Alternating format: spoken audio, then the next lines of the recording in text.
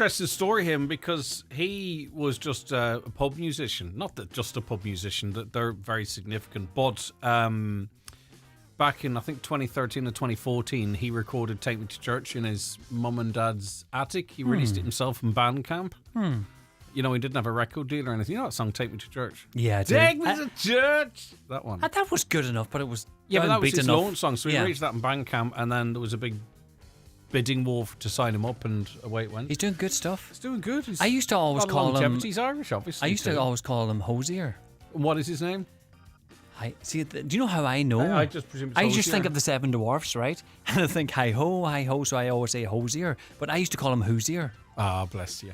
So the only way that I you're correct wee myself, I think of Seven Dwarfs, I think of Hosier. That's a long way around to remember. I know, but that's the only way I can do it. So every time I do play that song, it says, right, what is it again? Hi-ho, Hosier. There you go, that's Hosier too, sweet. There's a sweetness in the air. Do you find that this morning? Like out there in reception, in here, there's a buzz? There's a buzz, there's a warmness, I don't know. There's a... I think that's you. I think No. you're reflecting. No. You're deflecting. No, but I could you even feel vibe it. happy and sweet and joyous. Sometimes. Maybe it's because it's bright, nice and bright and But fresh. that is the bestest day there ever, isn't it? Blue skies, bit of chill, no harm, throw an extra layer, dry. Oh, come here. That was on during your show. Just to let listeners know, that is secret sound? a means. It's not a secret sound. It's a little of interference in FM.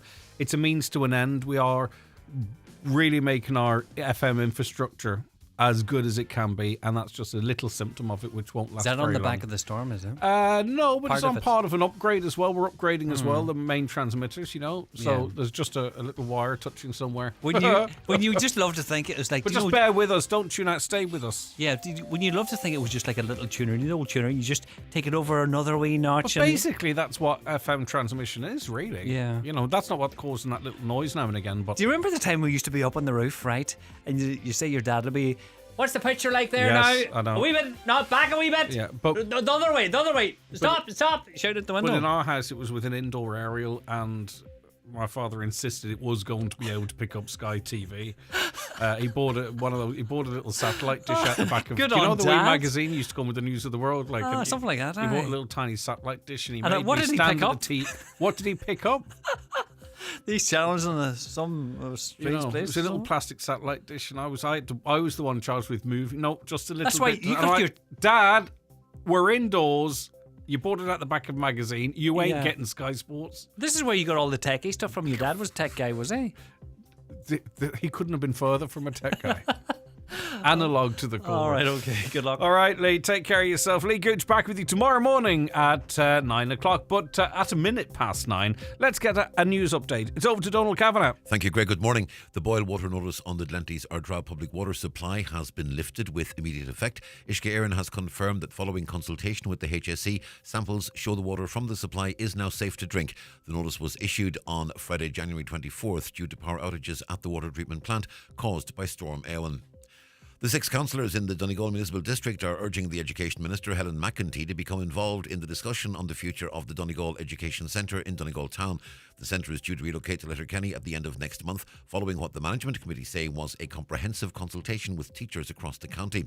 However, the extent of that consultation has been questioned by Councillor Jimmy Brogan, one of the signatories of the joint statement. Speaking ahead of a public meeting on this day week, he says 6 local jobs could be lost as a result of this proposal, and given the potential fallout, he says the final decision should be made by the current minister. We've been in touch with Helen McEntee, and we're waiting for a response from her now, but as I say, we don't think it's right that 13 people on a committee should decide this. It's a big decision. This should be made at least by the teaching members, because every teacher has a right to be on making these decisions, but the decision was made by a small number of people on a committee.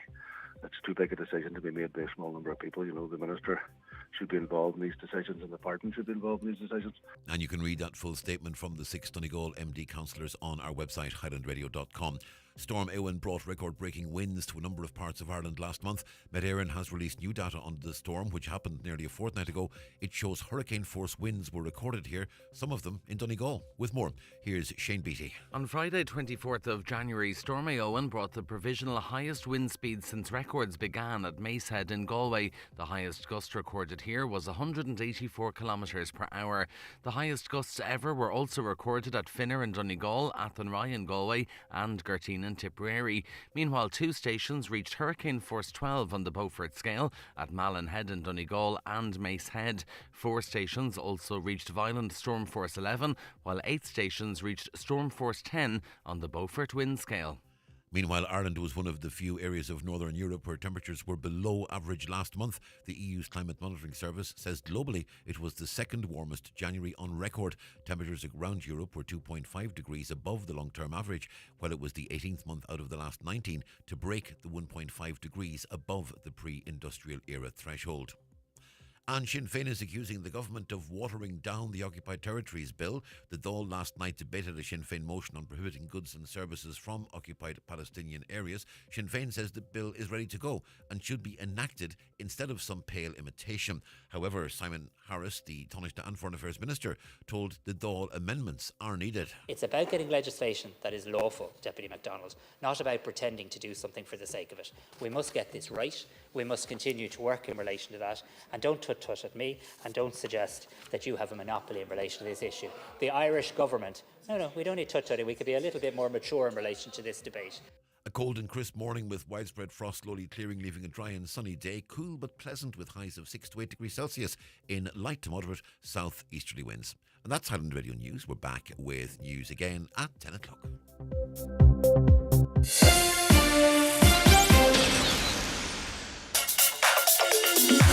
Hey there, Ireland has been busy returning. Have you? With thousands of deposit return points nationwide, it's never been easier to bring back your plastic bottles and cans. So whether you're on the go or bringing back a bunch, it's time to return and get your deposit back or donate to a local cause. When you return, you're making a positive impact on our environment by valuing our resources and recycling more efficiently. So return today and help create a cleaner, brighter future for us all. And now, it's time for the talk of the Northwest, the 9 to noon show with Greg Hughes on Highland Radio. Yes, indeed. Good morning. 5 minutes past 9 on this Thursday, the 6th of February, 2025. How are you all keeping? I really do hope you're very well indeed. And if you're not, that you feel very well in the not too distant future. We're broadcasting, of course, here from the heart of the northwest of Ireland, and it's blue skies. A wonderful morning today, bright and crisp. I hope it's the same wherever you are. I'm sure it is if you're across the northwest, but many of you tune in from further afield, and it's great to have you all on board. Okay, the lines are open for you right now if you want to contribute to some of the topics that we have lined up for you, or indeed if there's something that you want to raise with us.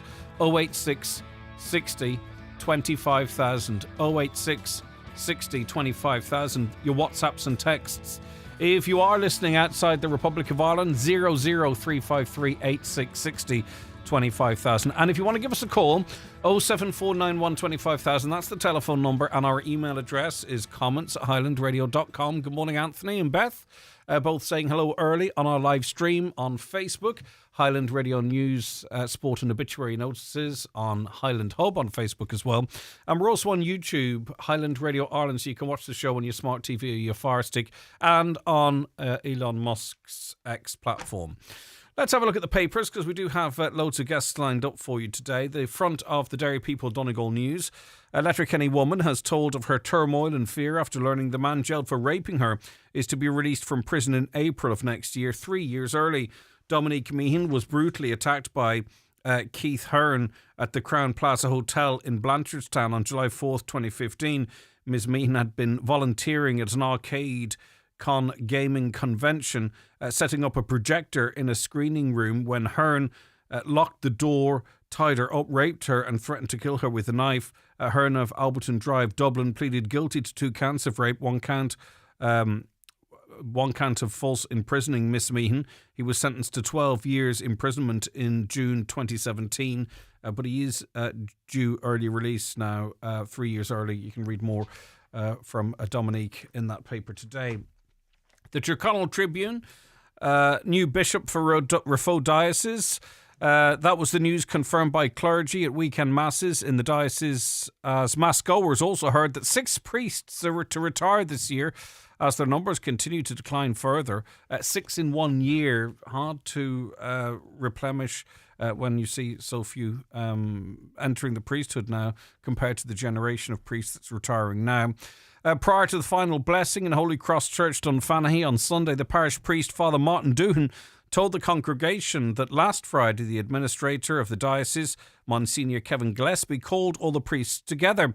Father Doohan said Monsignor Gillespie had met with his consultors, and he instructed the priests to tell the people that despite recent speculation, a bishop would be appointed to the Diocese of Raphoe.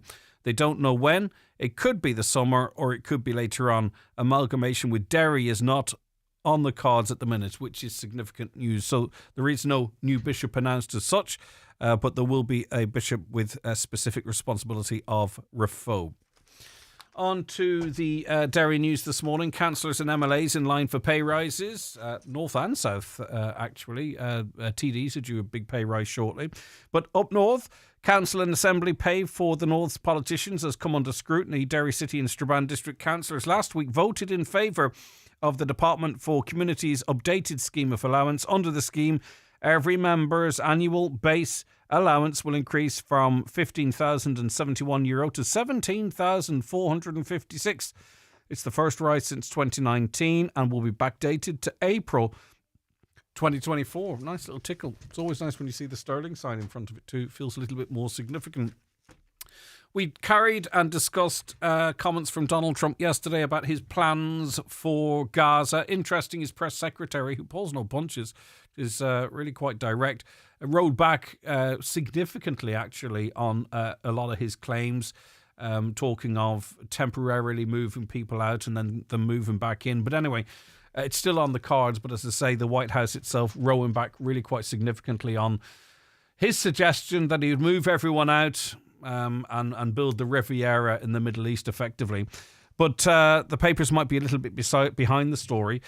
President Donald Trump's proposal for the US to take over war-ruined Gaza and create a Riviera of the Middle East after resettling Palestinians elsewhere has shattered US policy on the Israel-Palestine conflict, drawing global condemnation. The shock move from Trump drew rebukes from international powers, including Russia, China and Germany, which said it would bring new suffering and new hatred. Regional heavyweight Saudi Arabia rejected the proposal outright.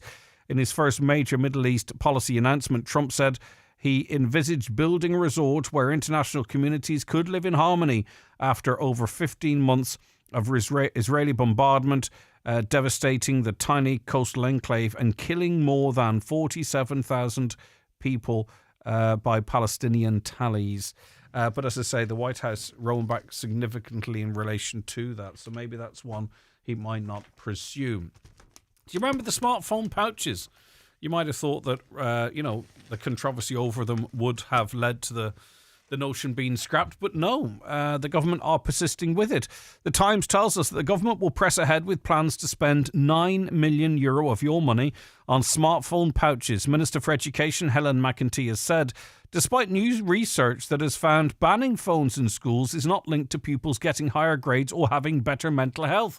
Even outside of schools, students spend 4 to 6 hours per day on their phones. Well, she was speaking following the publication of the first study of its kind, which found that students' sleep, classroom behaviour, exercise and the time spent on their phones overall seemed to be no different from schools with or without phones. However, academics did find that spending longer on smartphones and social media in general was linked with worse results for all of those measured. The University of Birmingham's findings, published by the Lancer Journal for European Health Policy, compared 1,227 students and the rules their 30 different secondary schools had for smartphone use at break and lunchtime. So €9 million is being spent on these smartphone pouches, and it's not a one-off payment. It's going to be an ongoing commitment. And Helen McEntee was controversial in her other portfolio, and maybe she could have had a win by saying, look at, We've looked at research. Maybe we can spend this €9 million elsewhere in education. But they're going to stick with it anyway. I don't know. Maybe you're delighted about that. 086 60 25,000. Staying with that national stuff, but obviously, like everything, national news is local news. The Irish Daily Mail tells us that over 90,000 new houses need to be built annually for the next 6 years to meet demand. So we built 30. We did. I didn't build one. 30,000 were built last year. 10,000 below government targets. But actually, really, we need 90,000 new homes. But this is predicting. This is based on a prediction that our population is going to reach 6 million, which also is based on an awful lot of inward migration as well. But anyway, 90,000 new houses need to be built over the next 6 years to meet demand, with Micheál Martin admitting a fundamental shift is needed in the approach and attitude to private sector investment. The Taoiseach yesterday told the Dáil that he was very disappointed with the final housing completion figures for last year, when the state only built 30,330 units. A spokesperson for the Taoiseach told the paper last night there will be a fundamental review about how we incentivise private construction, especially in apartment buildings. Under fire in the Dáil about whether the public were misled on housing completions in the general election campaign, Mr Martin said we need a fundamental shift, not just within the government but in the Oireachtas, more generally in our approach and our attitudes to private sector investment. The Farmers' Journal, it's always out. It's a big lift, isn't it? It's a big paper. Lots of you still buy it. It's the most popular paper in the country. I think we shift 200 or 300 copies a week, 100,000 copies a week, which is really quite remarkable in this day and age. Land prices, and it's also there's new listenership figures out tomorrow. We know what they are. We're embargoed. We can't talk about them, but they're out tomorrow. No, sorry, they're out today now. We knew them yesterday, but they're out today. They come out after 12. So by the time we get to mention them on this show, it's always old news, right? So it's kind of frustrating. And the rest of the country gets to talk about their figures. But, I mean, if I could talk about them, I would say thank you. But I can't talk about it.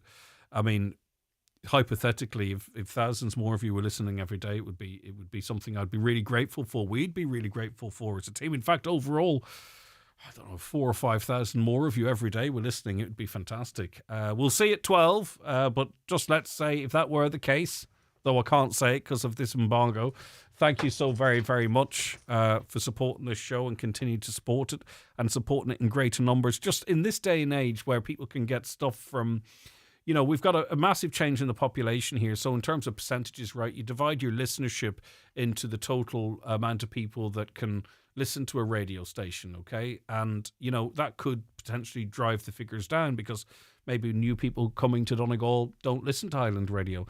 Yet, despite the increase in population, the popularity of the show and this show and the station as a whole is actually growing, even with Spotify and podcasts and competition from all national radio stations. It really is quite remarkable that we can enjoy such a fantastic relationship with our listeners. As I say, the figures will be released at 12, but we, in advance, I think they're going to be okay. Look, we thank you for your continued support of the show, especially with everything that should make your figures go down. We're going up, and it's fantastic. Anyway, I was talking about the Farmers' Journal. Land prices increased by €590 an acre to an average of 12,315 in 2024. The Irish Farmers' Journal Agriculture and Price Report 2024 is revealed, and it's inside this, and there's a focus on Donegal. I think really a lot of it is about how much land is actually changes hands in the course of a year, and it's not massive amounts, as you can imagine. Farmland, farmers hold on to farmland quite a bit, so the price of land has gone down in Donegal, but often, if I'm not mistaken, it's about the quality of the land that it's exchanged in any given year. Am I right? Well, the lowest prices paid were in counties Leitrim, Mayo, Donegal and Sligo, but as I say, it could be down to the quality of the land that was... wouldn't it be embarrassing if we didn't get an invite, we as a country didn't get an invite to America for St. Patrick's Day? Micheál Martin would be gutted again, because I think the last time he was over there he was sick or something happened, or Oh, that's right, there was a storm, wasn't there? And then before that, there was COVID, and it's been frustrated over and over again. Well, normally around about now, the Irish government would have received their invitation to go over for the annual viz to the White House. Will it happen this year? Do you think Donald Trump will invite Micheál Martin? If he does invite him, do you think he should go? There is no suggestion that Ireland wouldn't take up an invitation for Taoiseach Micheál Martin to meet US President Donald Trump on St. Patrick's Day. This according to the Irish Daily Star. It comes following calls for the Social Democrats, not surprisingly, for Mr. Martin to reconsider travelling to Washington, D.C. if President Trump continues to make comments about Gaza. But I mean, the argument will always be that you accept this invite because we can go over there and face-to-face express our disagreement with him rather than saying we're not. You know, it doesn't achieve anything really as such, does it? By not going. You go over there and you sort of say, right, you know, we have our concerns, blah, blah, blah, blah. Sinead Gibney of the Social Democrats urged Mr. Martin to summon the new US ambassador to Ireland, Edward Walsh, to a meeting as soon as he takes his post. She also stated that if President Trump continues his significant change in rhetoric, the Taoiseach should not go to the White House next month. He hasn't been invited yet. And he should have been invited by now, but he hasn't. But if he is, should he go? What do you think? 086 60 25,000. Not much in the other tabloids. One story that caught my eye. The Sun. Sales of weight loss drug Wegovy more than doubled in the final 3 months of the last year. This is clearly something that's incredibly effective in terms of weight loss. It's also been shown these weight loss drugs have really positive impacts on other people's or other aspects of people's health. Is it time that it is, if it's not already, but it is prescribed more widely for people who wish to lose weight? Because, as I say, lots of people are getting access to it one way or other. Maker Novo Nordisk said they hit 2.9 billion, up from 1.3 billion in the same period in 23. Across the whole of last year, there was a 96% increase, or an 86% increase. The Danish pharmaceutical company also announced. And maybe you have a story of using that. Let us know. 086 60 25,000. And I think this was mentioned in the news. Ireland did not have its warmest January ever like the UK, but did endure record winds thanks to Storm Éowyn, Met Éireann says. One of the highest gusts at Finner in South Donegal there, 150 kilometres per hour. And many of us still sort of trying to rebuild, so to speak, after that. Okay, that was a run through the papers. Anything there you want to comment on, let us know. 07491 25,000. Looking to take your call there. Daily newspapers are courtesy of Cosgrove, Centra and Diner, Mountaintop, Letterkenny. Luxury is not merely seen or heard or even touched. True luxury is experienced. It lies in the minute details that elevate the ordinary into the extraordinary. It's quiet spoken, but leaves a lasting impression. You know it when you feel it. Luxury begins with L. Lexus. Experience amazing. Discover the all-electrified range at Lexus Letterkenny. We move Ireland's energy through one of Europe's most modern gas networks, delivering the energy you need today throughout the country. And now we're moving Ireland's energy in a new way, bringing more sustainable sources into the pipeline. Gas Networks Ireland, moving Ireland's energy. Set sail on your dream holiday with Royal Caribbean and Atlantic Travel, Royal Caribbean's official booking agent in Donegal. Explore stunning destinations, indulge in luxurious onboard experiences, and create memories to treasure forever. Visit atlantictravel.ie today. Your Royal Caribbean adventure awaits. McCullough Jewellers in Letterkenny are synonymous with fine jewellery, quality watches and giftware, with stores at Main Street, Letterkenny and the Letterkenny Shopping Centre, or online at ormccullough.com. You can choose from their quality product range in a relaxed atmosphere, and their sales staff will be happy to help you make the right choice, whatever the occasion. McCullough Jewellers, making moments magical for generations. Island Radio Time Checks brought to you by EirGrid, the operator and developer of Ireland's electricity grid. EirGrid, powering up communities, powering up Ireland. The time is 22 minutes past 9. My apologies if you're listening on FM. There might be some interference. We're working very hard to resolve that, and it is towards a much better signal, so bear with us. And also, too, I'm been informed that there's quite a bit of traffic disruption in and around Strabane. We're trying to ascertain why, but you're probably sitting in it listening to us, and you would understand why, but we're trying to get to the bottom of that. But stay safe there. Right, okay. We're going to talk to Liam Mulligan now. Hi, Liam. Hi, Greg. Good to have you on the show. And we're talking about, I suppose, the fallout from Storm Awen, the government's role, the ESB's role.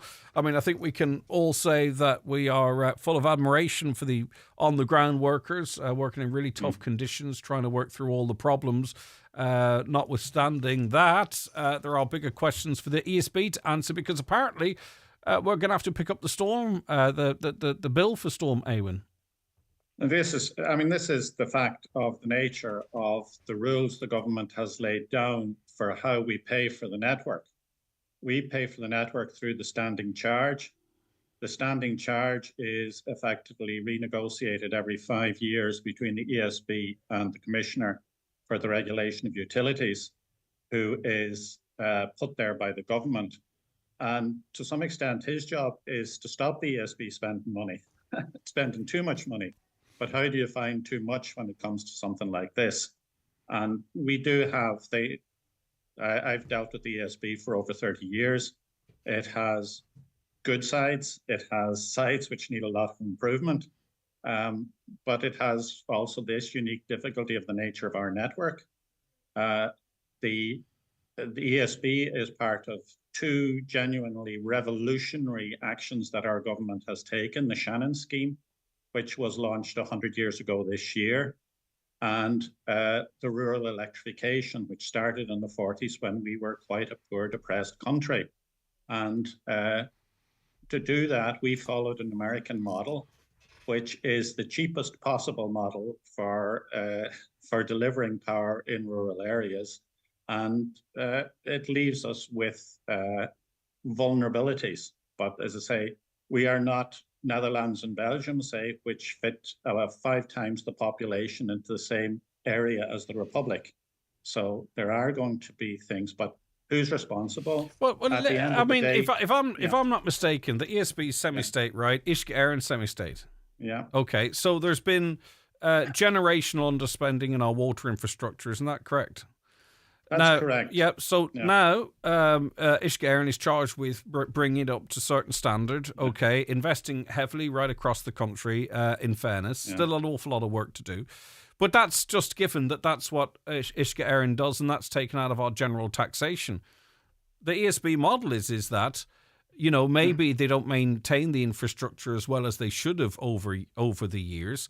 The chickens come home to roost because of Storm Awen, and then they expect us to pay for their underinvestment, even within the confines. Because even with the confines of what the CRU is saying, we still have to presume that the money they're spending is being spent correctly. Well, that's is always the question: is the money being spent correctly? But is there sufficient money? Prior to the reorganization of the electric market 25 years ago, ESB was a state-controlled monopoly. The government set the price of electricity. And about 25 years ago, when it was changing over, we had one of the least reliable networks in Europe. I'm trying to remember back to presentations made 25 years ago that they had, without major storms, they had 282 minutes of unplanned outages per customer.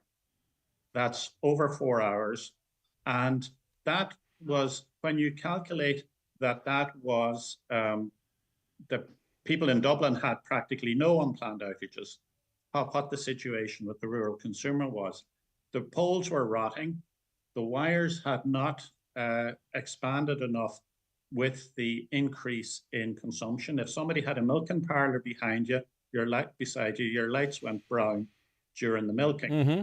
And there was a massive investment then in the noughties to improve the sort of job that Uisce Éireann is doing now in the water supply system, the ESB did in the noughties. Now we come to this situation. Have we come to a situation where both the ESB and the regulator, acting for the government, have tried to hold back spending? And have they permitted enough spending? Have they planned enough spending? I don't know. Do you have an answer to that question? I don't have an answer because to that. What I know, the scenario we are in, we pay some of the highest electricity rates in the country. We generate a third of our power on average is green. There seems to be no dividend for that. The network is such that a lot of that's actually wasted because we can't store it, and the network can't really it can't really carry it as far as it needs to. It's an omni-shambles. So it's a difficulty.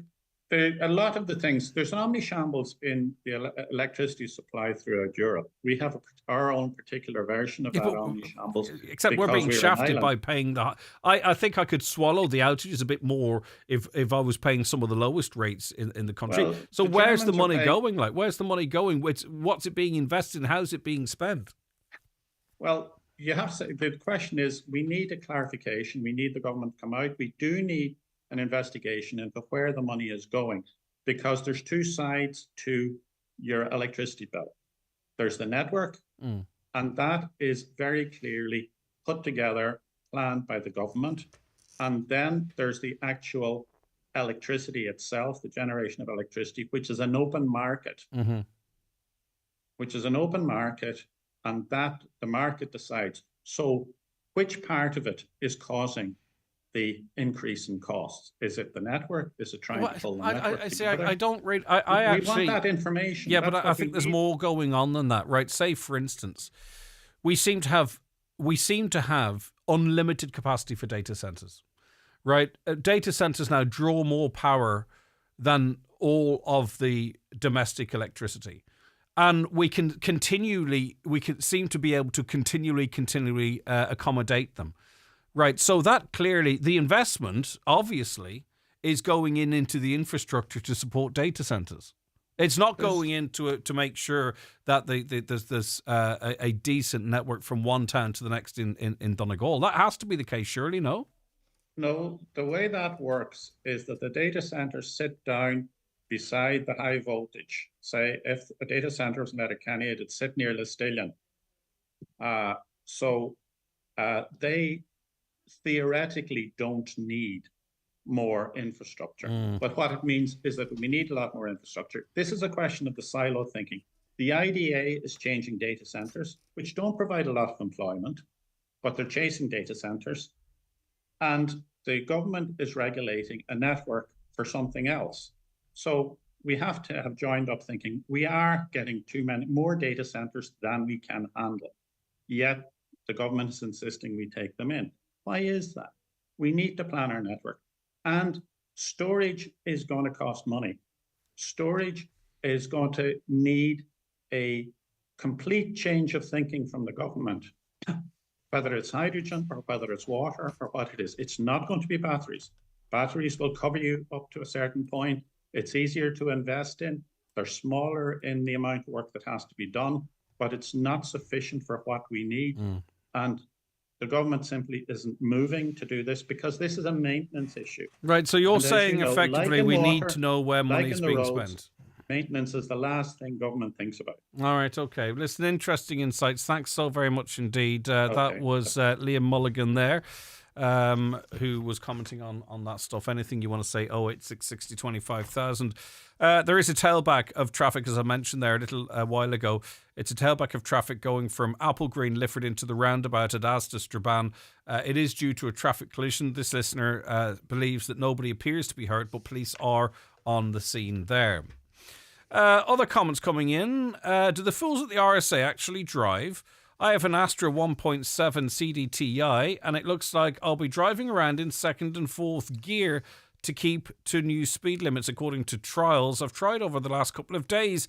Even in fourth gear, it's impossible to keep at 60 kilometres per hour. It stays between 61 and 70 kilometres per hour at least 80% of the time. While this isn't the smallest engine, it's not the biggest either, so God help anyone with 2-litre engines and EVs, as there's no chance in hell that they'll be able to keep within the confines of the new speed limits, taking into consideration the torque and the BHP of these vehicles. I don't know who these people are that are making these decisions, but it looks like we are all losing our licenses this year and paying lots of fines, unless, of course, they're going to buy us all new cars with 1-litre engines that will actually manage to keep within the new limits. It's a joke that the government has let it go this far. For anyone with common sense would know these speed limits are impossible to keep within. Using modern cars, it's difficult enough with the current speed limits that we're all trying to abide by. I've not really, I know where you're coming from. I've driven an Astra 1.7 CDTI, but I'm sure you can adapt. Like, I mean, we're not talking wholesale changes. We did a piece on this yesterday, and you know the roads that we're talking about here. It's the small, local, rural roads. But anyway, Paul, listen, that's your view. I appreciate where you're coming from, and many will agree, some will disagree, and that's just the nature of way things are. Okay, we're going to be back talking about the situation in the Middle East after this short break. iMotors are now carrying the largest range of pre-owned cars in the Northwest. Don't settle for just any car. Choose the one that suits your style and budget. Visit imotors.ie to explore our extensive range with 20 plus brands to choose from and find your next car today. Or call into our showroom in Letterkenny or Malin. iMotors, fearless generation. Land down by 25%. Prices in Donegal fell significantly with fewer high-quality farms and estates offered for sale. In this week's Irish Farmers Journal, we publish our annual land report. We reveal the county-by-county variation in land prices, the latest on land leasing, and we launch our 8-week series on building a home in rural Ireland. Don't miss your free land price report worth €20 inside this week's Irish Farmers Journal. You cannot afford to miss it. Every year, hundreds of thousands of gamers play with friends online. Our full fibre broadband, available in every county across Ireland, means they can stay connected no matter where they are. Connor, cover me! I'm going in! Every connection counts, which is why Ireland can count on our network. Vodafone. Together we can. Subject to coverage availability. Limitations and terms apply. See vodafone.ie/terms. Hi, Paddy here at Shane Conley Cars in Donegal Town. Are you looking to upgrade your car? With Shane Conley Cars, you'll find makes and models for every budget. Great finance options, and we also accept trade-ins. Check out shaneconleycars.com or call in to us at Shane Conley Cars from Lonaher Road, Donegal Town. Irwin Expert Electrical, your trusted destination for all things home appliances, electrical and entertainment in the Northwest. With over 50 years of leading the way, we pride ourselves on offering a diverse range of products under one roof. From top brands like LG, Samsung, Cooker, Bosch, Apple and more, take advantage of our free layaway service where you can store your new items until you're ready for them. Perfect for renovations and new build projects. Visit Irwin Expert Electrical today in Letterkenny or Buncrana. There's no doubt that President Donald Trump, the US President Donald Trump's comments as it related to Gaza was an incredibly significant policy shift from the United States, but sent shockwaves around the world because of what he proposed, which effectively was what many are describing as the ethnic cleansing of Gaza, moving, up to 2 million Palestinians out, housing them or making them refugees effectively in other countries, Jordan and Egypt, Turkey, I think he mentioned.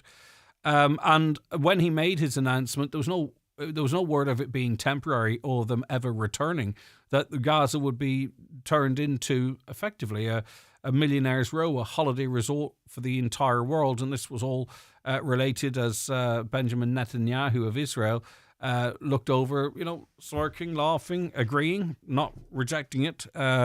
Now, as I say, the White House seems to have rolled back a little bit on it, but the shockwaves are still being felt. Tim, your reflections on what President Trump had to say. Good morning, Greg. Thanks for having me on. I think this is just another example or an extension of what is happening since Israel came into existence. Israel has been a colonial state since the very beginning. a colonial state that is essentially an apartheid state. And that has been, which has been since 1948, wherein they displaced 800,000 people, Palestinian people, from their homes, many of whom ended up in Gaza. I think half the population of Gaza are were people who were displaced directly or the descendants of those people.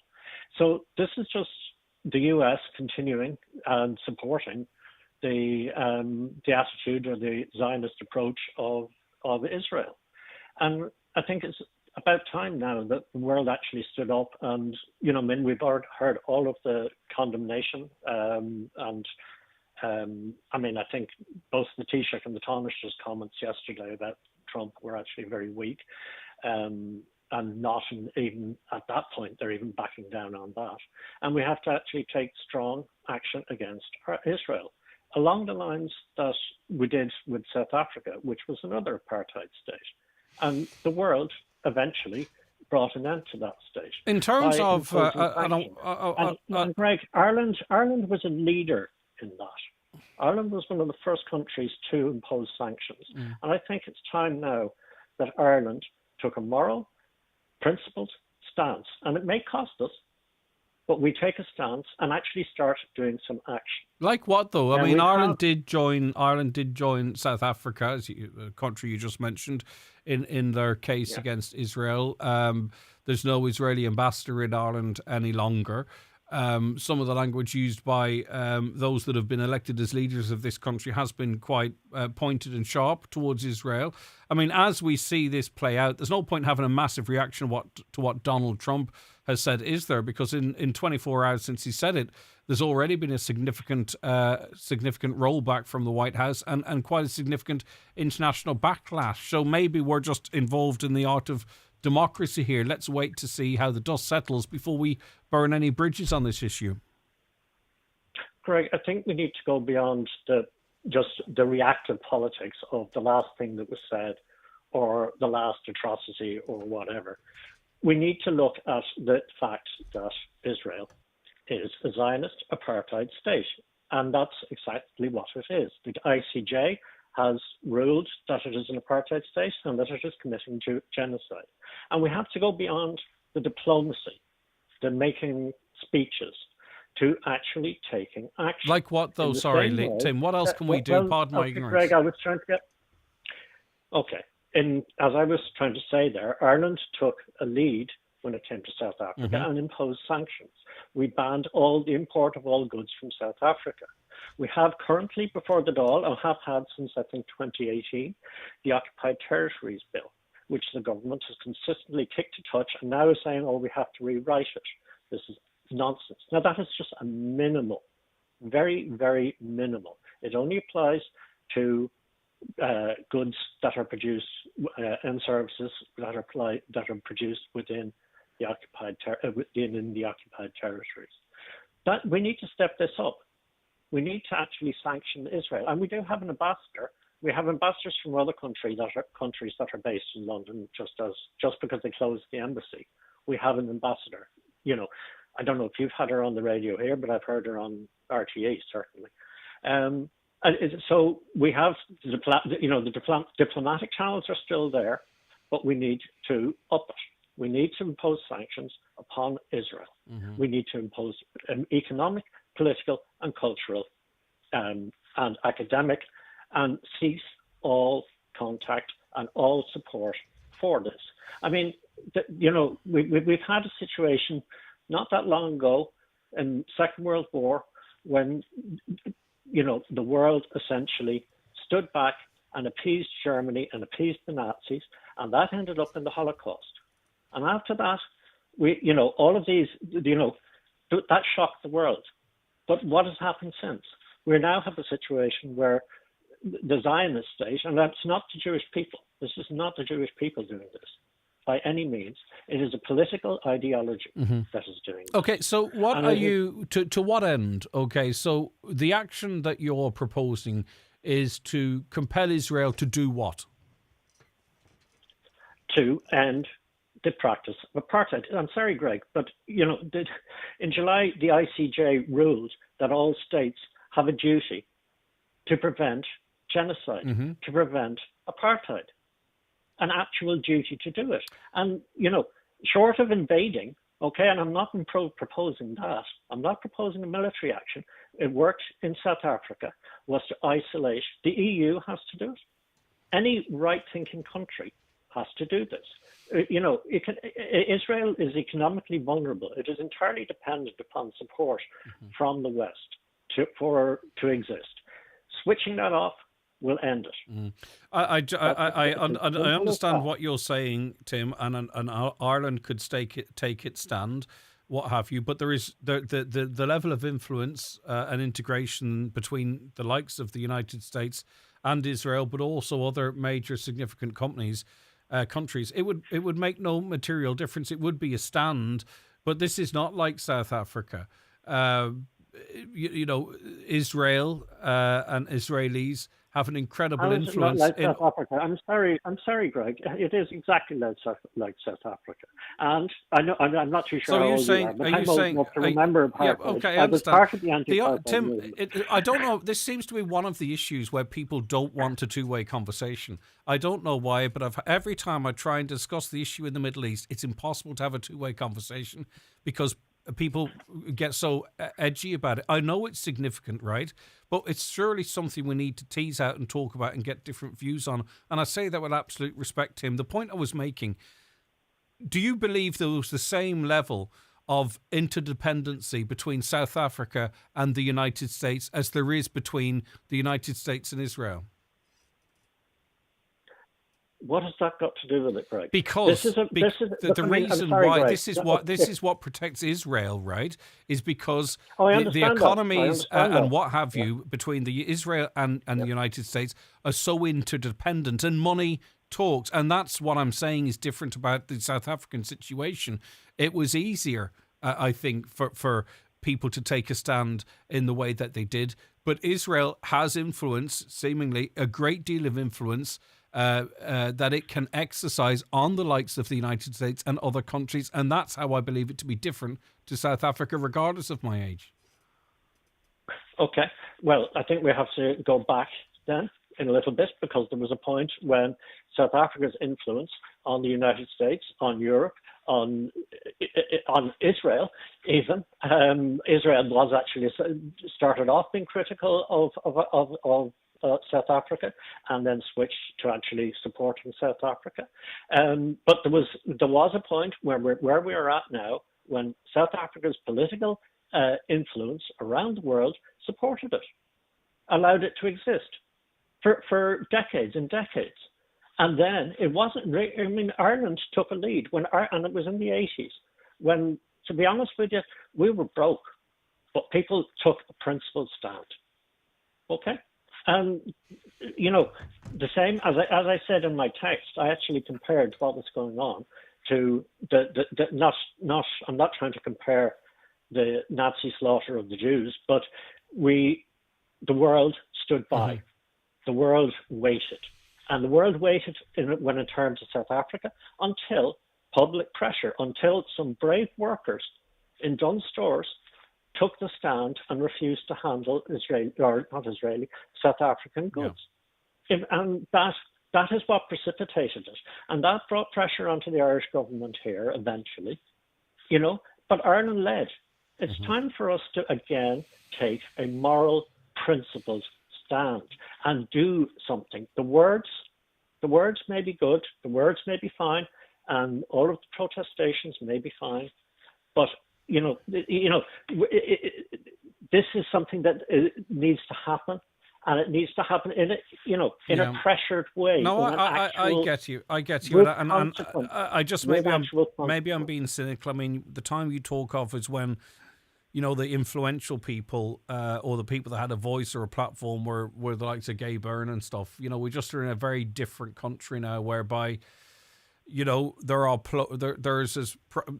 awful lot of pro-Trump supporters in this country. Half of America, of course, is pro-Trump. There are quite large divides, political divides now. Greg. Yeah. Joe Biden was stated that this isn't to do with Trump. I'm sorry. I mean, you're trying to, as I said at the beginning, let's not try, let's not just go from one crisis to the other, one headline to the other. And I understand you're a news organization and news, but I mean, that is one thing that has changed, actually, is that the 24-hour news cycle is that we're just going from one thing to the other thing. I mean, yesterday you kept bringing the conversation back to October the 7th in 2023. This has been going on since 1940. And I referenced that yesterday as well. I referenced that as yes, well. I know.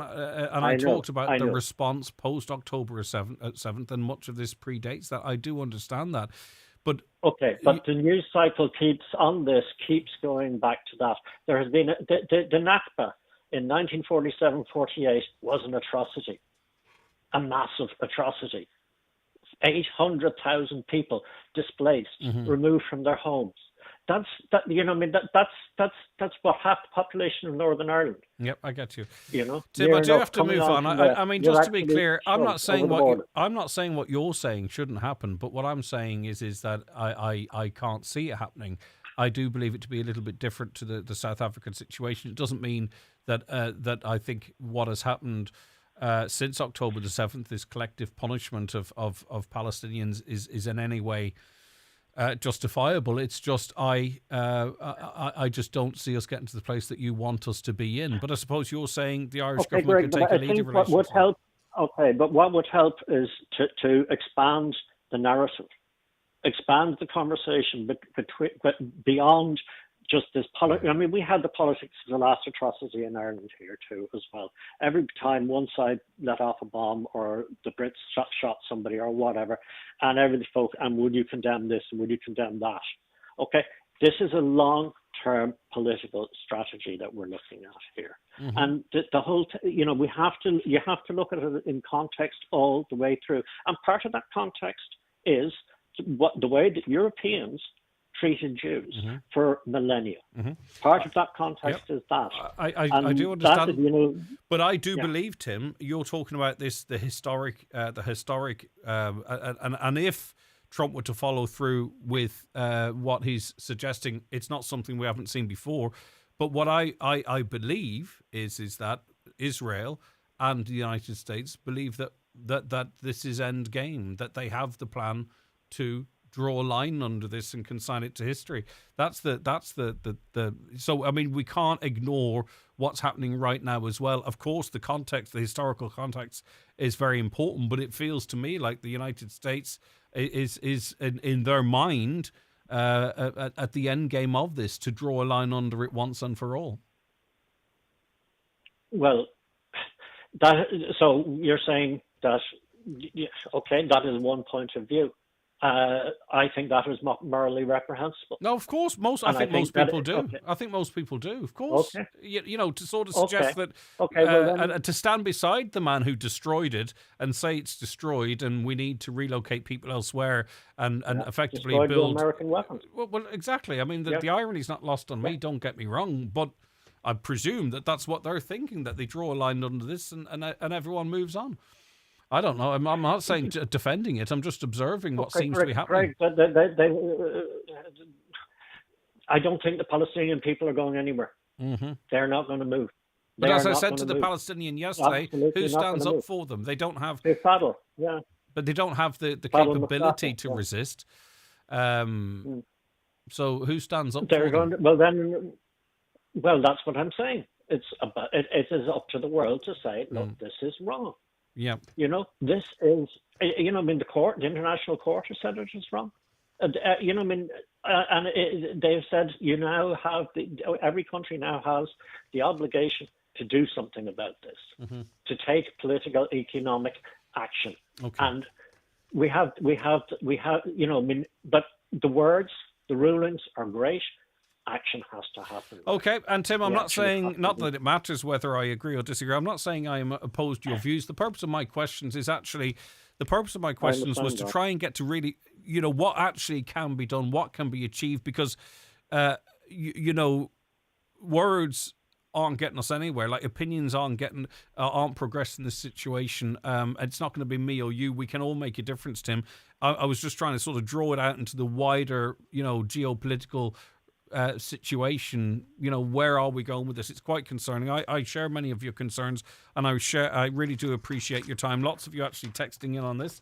I'll get to some of those messages after the break. Want to work with the very best? Then make the all-new Nissan Interstar your next recruit. It's first impressions that count, and the Nissan Interstar doesn't disappoint. With a brand new eye-catching grille and jaw-dropping design. And with a stronger-than-ever payload, it has the power to match your ambition.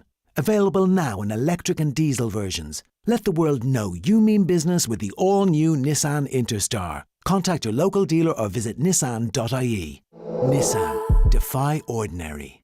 Discover Centra Simple Savers, your go-to for great everyday value. Like inspired by Centra Fresh Irish Angus Sirloin Steak 440 gram, only €8. Selected Pepsi, Club and 7-Up 1.75 to 2 litre, €2 each plus deposit. And Cadbury Milk Tray 360 gram, only €8. Centra. Live every day. Storm Éowyn has caused severe damage to Ireland's electricity infrastructure, impacting homes, farms and businesses. ESB Networks and contracted partners are working to restore electricity to all customers. In areas where the network damage is significant, inaccessible or remote, restoring electricity will be slower, so please bear with us. For estimated restoration times, visit powercheck.ie. We thank all our customers for your patience and understanding. Your safety and the safety of all teams working to restore electricity is our #1 priority. Remember, fallen wires are live, always. Stay safe, stay clear. In emergencies, call 1-800-372-999. Discover the new Nissan range at iMotors. If it's design you're after, stand out from the crowd with the next generation Nissan Juke. Available in both petrol and hybrid. The Nissan Qashqai is available as a petrol or e-power hybrid, giving you that electric feel without plugging in. Need more space? The Nissan X-Trail offers 7 seats and comes as an e-power hybrid. And for those ready to go green, the Nissan Ariya and Leaf are fully electric. Available now for a test drive. Just call into our showroom in Letterkenny or Malin today. iMotors, fearless generation. Highland Radio weather updates with McElhenny's. Our new season special occasion wear range is here. Visit us to explore our extensive dress collection in store or shop online at mcelhennys.com today. So it's a cold and crisp morning. The frost will clear to leave a dry and sunny day. Cool with pleasant highest temperatures. Cool but pleasant with highest temperatures of 6 to 8 degrees. And tonight's going to be cold and dry again. And if you need to leave a little bit extra time for travel in the morning, we're going to see -2 to 1 degree. So it could lead to the same conditions we saw today. Trump and Gaza aside, we've enough to do cleaning up. Dave, we have enough to do. Clean up your own doorstep. Your guest said Ireland should take a moral stance against Gaza-Israel situation. What about using the moral stance in relation to the abortion and killing of our children? You know, there's no middle ground where Israel is concerned. Stop apologising for Israel. It's disgusting. Simply didn't happen. That wasn't the tone of the conversation. The line was where to, who's going to do it, how. Maybe we should let Trump tell the people of the Falls Road and Ballymurphy that they should go to Donegal and Cavan, and the people of Cregan and the Bogside as well. A lunatic of a man, says a listener. Greg, it is like South Africa. Stop trying to play the in-betweener. Israel's an apartheid state. Don't apologise for it, as our government is doing so. Didn't. How much money does Greg think is enough to justify genocide? I think you've misinterpreted my comments, but that could be my fault as well. Very impressed by the Palestinian representative's testimony yesterday about the latest developments in Gaza. What we now have is 2 lawless regimes led by individuals who by right should be serving long prison sentences for fraud and multiple other crimes, holding the rest of the planet to ransom. World leaders need to take a stand and resist their illegal power grab of Gaza and attempted expulsion of innocent Palestinians from their homeland and their own land. And indeed, there was quite a strong backlash from many leaders around the world. Trump inflamed the USA when his election was lost the first time. Now he done the same thing again by coming out and saying that the Palestinians should leave Gaza standing by a war criminal. He just gone and led a recruitment for Hamas. Smart man, says a listener. Trump and Netanyahu are after 2 Gaza marine fields that are estimated to contain 30 billion cubic metres of natural gas, more than is needed to power Palestine territories with potential export. They want the citizens of Gaza out. A call is saying they want their resources. We have to stop allowing Shannon Airport to be used to facilitate these war crimes and crimes against humanity. Again, another thing I'm sure Tim would agree with that could be done. Greg, as long as the arms companies and AIPAC are making enormous donations to the US politicians, nothing will change. They're calling the shots. It needs to stop, indeed. And that is the extent of the problem. And how do you break that down? All right, listen, thanks for all your comments. Keep them coming in whichever way they land. Back after the news and obituary notices. For an efficient, mild hybrid system that doesn't compromise on the joy of driving, test drive the Mazda CX-30. This compact, stylish SUV comes with fuel-saving Mazda M hybrid technology and a 6-year warranty. Test drive the 251 Mazda range at McGinley Motors, Letterkenny. Mazda, crafted in Japan. Welcome to Cherrymore Kitchens and Bedrooms in Donegal Town. Discover affordable luxury with their bespoke fitted furniture solutions. With almost 30 years of serving Ireland and the Northwest, we're your trusted experts. Visit us Monday to Friday 9 a.m. until 5 p.m. and on Saturdays from 9 a.m. until 3:30 p.m. Book your free consultation today on 074 9725822 or visit cherrymore.ie. Cherrymore Kitchens and Bedrooms, where affordability and luxury combine. On the 7th of February, the speed limit on many rural local roads will be reduced from 80 to 60 kilometres per hour. As speed contributes to a third of fatal collisions, this greatly reduces the risk of death and keeps everyone on the roads safer. Your local authority has implemented the 80 to 60 kilometre reduction on your road network. Slower speeds, safer roads. Visit gov.ie/speed limits. Brought to you by the Government of Ireland. Transform your home with Hegarty's Home Interiors in Buncrana. Discover a wide selection of stylish furniture and decor to create your perfect space. Our expert team offers personalised advice to match your style and budget. Visit us on Main Street, Buncrana. Open Monday to Saturday 9 a.m. until 6 p.m. or visit hegartyshomeinteriors.ie. Hegarty's Home Interiors, making homes beautiful since 1946. Donegal's Refix Game with Kerry takes place this Saturday afternoon in Killarney, and the game will be live on Highland from 2:15. After the opening night win over Dublin, Jim McGuinness's side face into a tough time the Kingdom, who also won their opening game of the campaign last weekend. So for full match commentary, tune Highland's way. Join me, Oisín Kelly, and we'll also have Brendan Devaney on Big Match Expert Analysis. Coverage of Donegal action in the National Football League is with Highland Motors, with the new Renault Scenic EV, European and Irish Car of the Year 2024.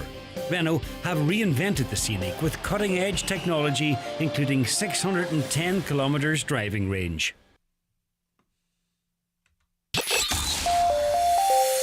Live, on air, online and on the Highland Radio app.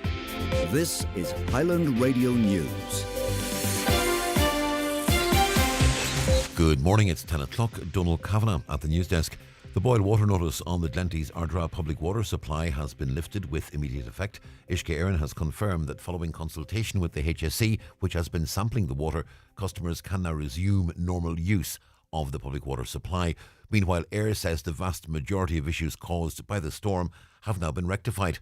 With more, here's Michaela Clark. The boil water notice had been issued on Friday, January the 24th, due to deterioration in the raw water quality caused by power cuts during Storm Éowyn. Meanwhile, Air says almost all confirmed faults caused by Storm Éowyn in Donegal have been rectified.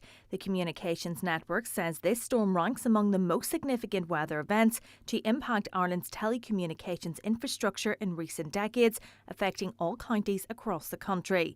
As of today, around 25,897 homes and businesses in Donegal have been reconnected, accounting for 99% of the confirmed faults.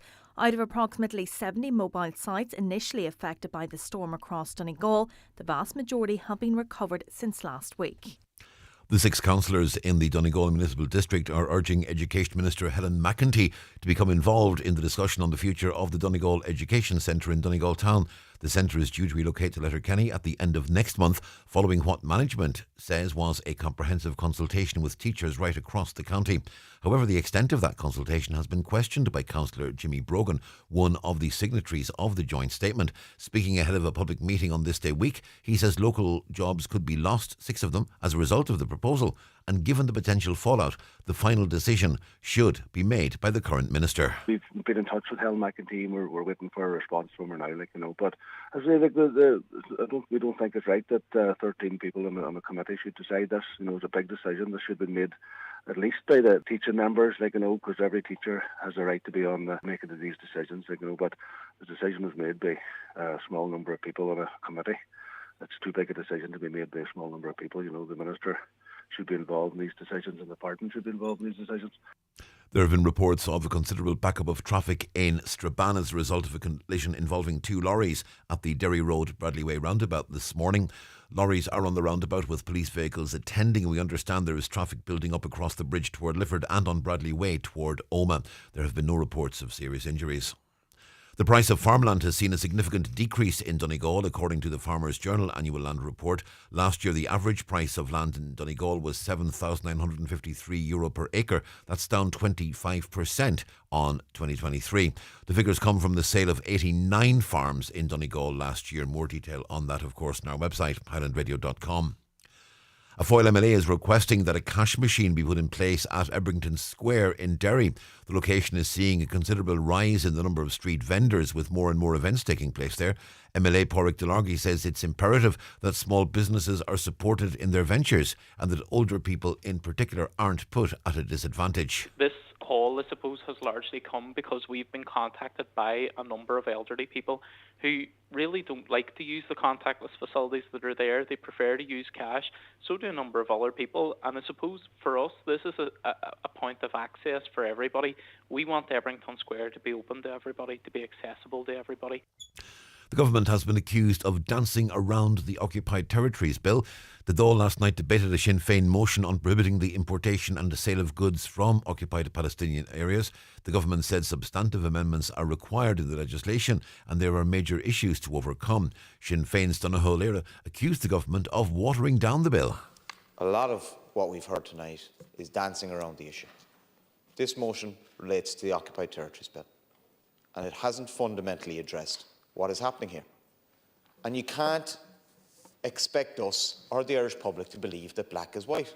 However, Taoiseach and Foreign Affairs Minister Simon Harris told the Dáil that amendments are needed in the legislation. It's about getting legislation that is lawful, Deputy MacDonald, not about pretending to do something for the sake of it. We must get this right. We must continue to work in relation to that. And don't tut-tut at me, and don't suggest that you have a monopoly in relation to this issue. The Irish government, no, we don't need tut-tutting. We could be a little bit more mature in relation to this debate. Cold and crisp this morning with widespread frost slowly clearing, leaving a dry and sunny day.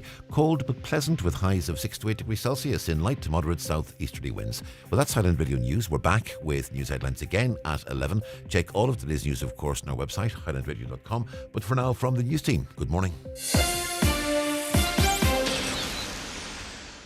The obituary notices for this Thursday morning, the 6th of February. The death has taken place of Patrick Paddy MacDonald, 3 Trees, Quigley's Point. Patrick's remains will leave Eamon McLaughlin's funeral home, Station Road, Carndonagh, this afternoon at 2 o'clock, going to his home. Funeral from there on Saturday morning at 10:15 for 11 o'clock funeral mass in Sacred Heart Church, Muff, followed by interment in the adjoining graveyard. The funeral mass can be viewed on mcnmedia.tv. Family time, please, from 11 p.m. to 10 a.m. The death has taken place of Elizabeth Lily Thompson, née Smith, Kiltoy, Letterkenny.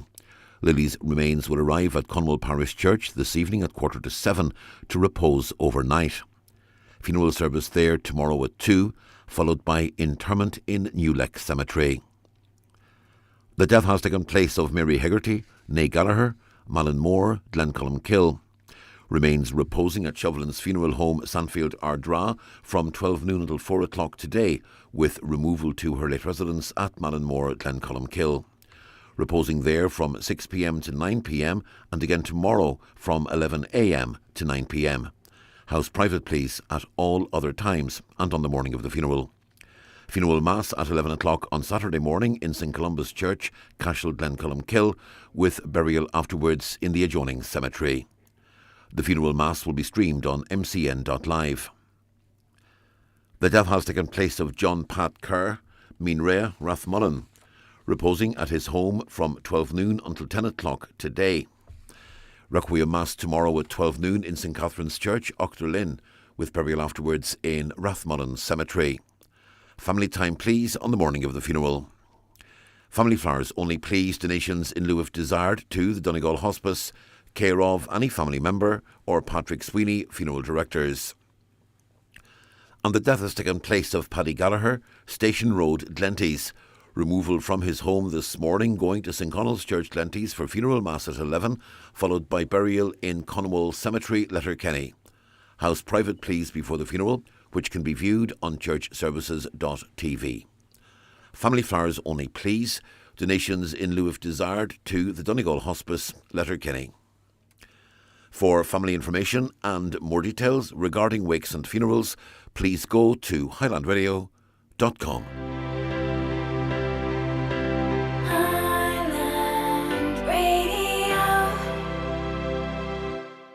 At this point in morning traffic, Sarah would be blaring the horn like it was going out of fashion. But today, she had deliciously healthy overnight oats from Aldi, sprinkled with fresh blueberries and nuts. So even though she's barely moved 20 feet in 20 minutes, she has achieved a zen-like state of contentment. But that could also be from the chocolate muffin she brought along as well. And we're moving. Good food, good mood from Aldi. Welcome back to the 9 till noon show. A lot of you exercised by some of the topics we've covered so far this morning. A caller says, I'm not surprised at all by President Trump's comments. I even called to this show back in October because he literally said he was going to do exactly this, but pro-Palestinian Americans still fell for the Genocide Joe and Killer Kamala propaganda. A caller asks who owns America, the Jewish or the Americans? Well, who runs it? Who controls it? It's a big question. Hamas hiding behind the babies, nurses and doctors. The culprits who killed all the people on October 7th should have given themselves up. All seemed quiet up until then, says Mary. It's very clear that America is being run by Israel, not Trump. How do the Americans feel about this? And it feels like lots of people are running America except Donald Trump. Elon Musk, incredibly influential over American policy. And why are you talking about America? Because it actually is going to end up having an impact here. So whilst it's a global American issue, it certainly resonates with us here in Ireland. I just thought he was very deferential. Is that the correct word? President Trump to Bibi, as he calls him. Look at Lebanon. They took in Palestinians and the country's destroyed. Shia Muslims will never integrate with Christian society. Time for the West to wake up.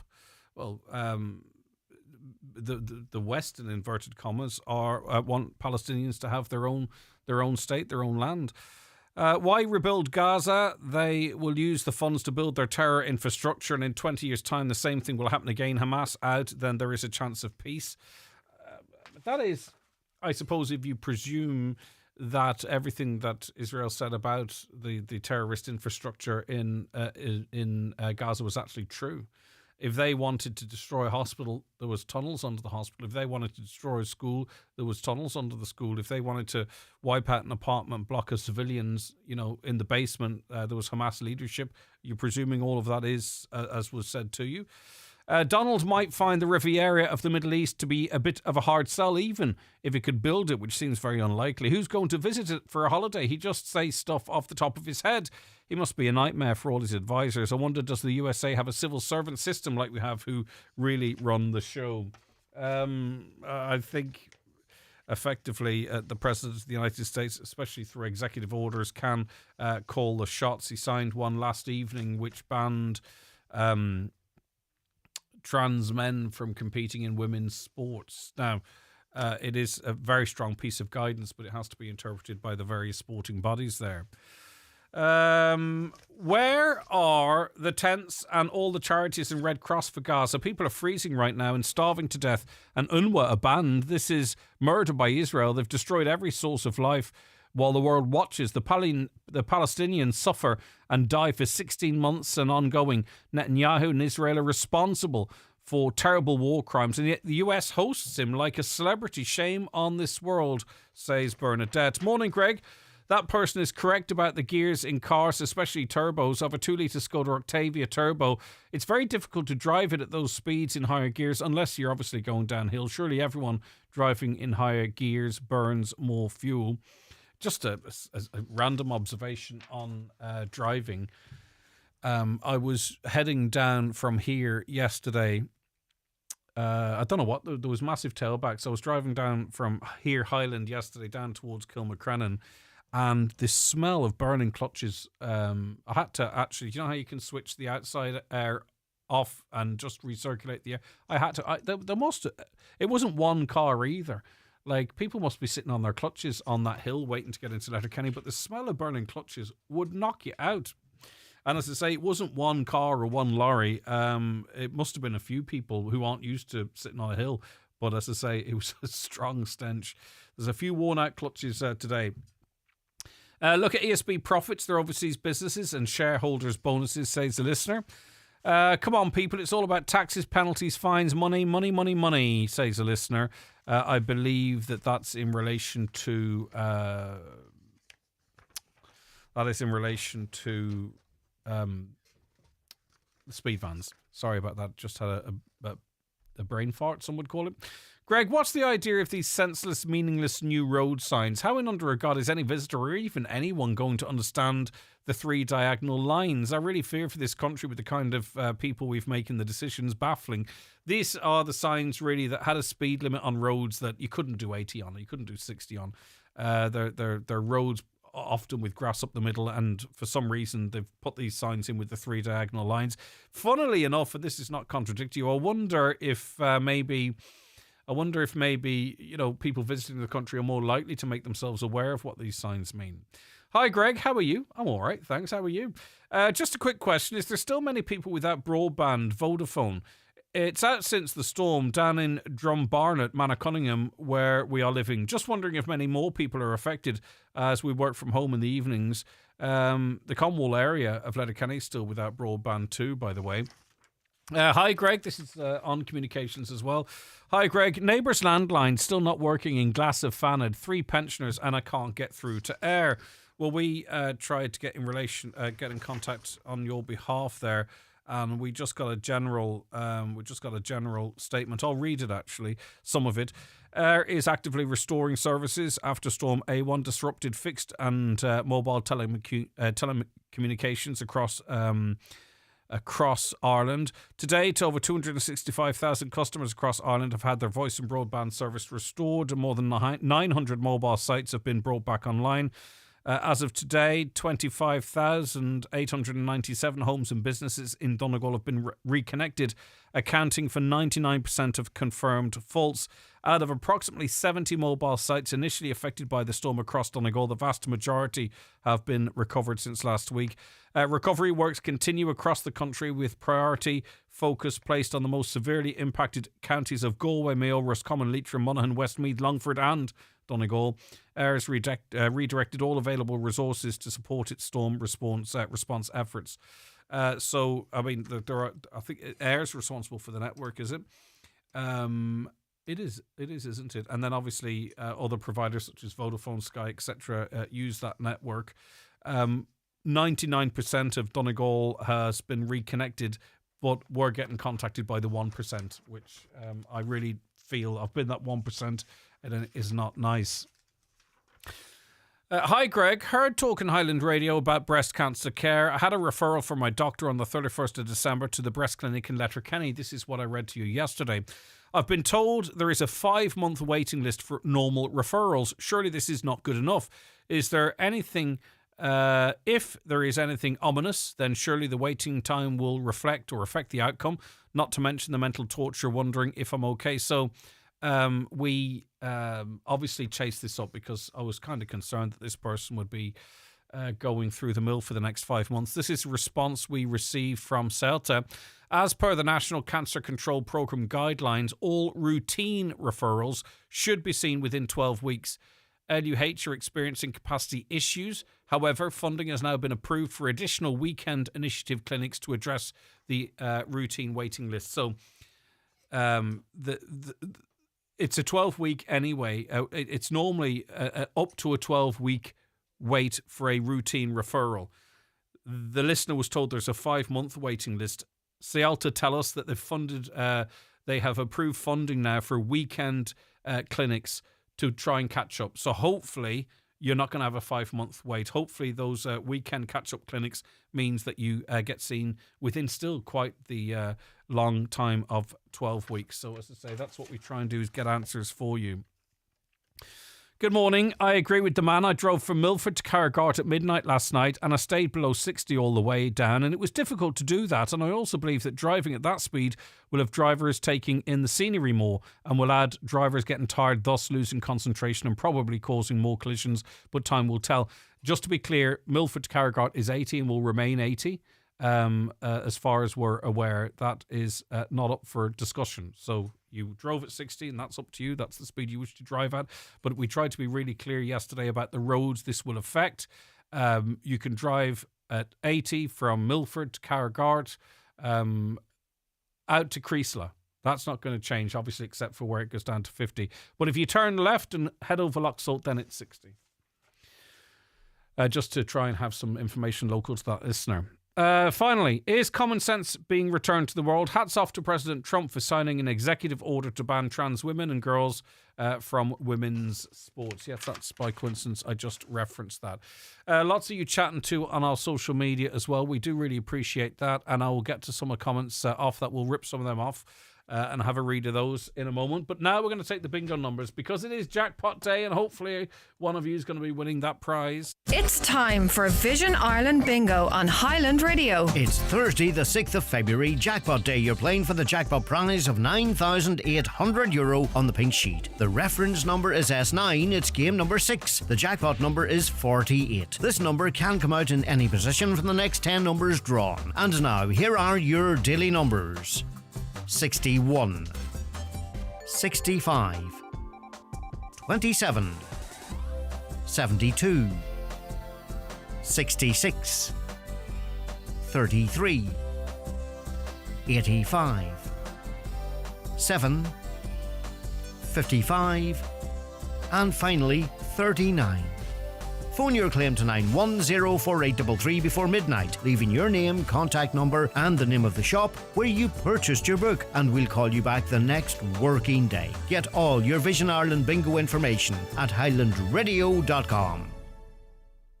Land down by 25%. Prices in Donegal fell significantly with fewer high-quality farms and estates offered for sale. In this week's Irish Farmers Journal, we publish our annual land report. We reveal the county-by-county variation in land prices, the latest on land leasing, and we launch our 8-week series on building a home in rural Ireland. Don't miss your free land price report worth €20 inside this week's Irish Farmers Journal. You cannot afford to miss it.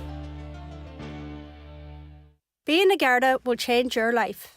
A few years ago, I attended a sudden death incident and had to work with the victim's wife and child. It was traumatic for the family, but you just absorb the trauma yourself. You stay strong so they don't have to. They had no family in Ireland, so when the boy's birthday came around, I organised for Gardaí, Coast Guard and the fire service to drive along the coast where he lived to show that we were all thinking of him in what was a really difficult time. I work in a close-knit community and we look after each other, uniform or not. His birthday matters to me as much as my own.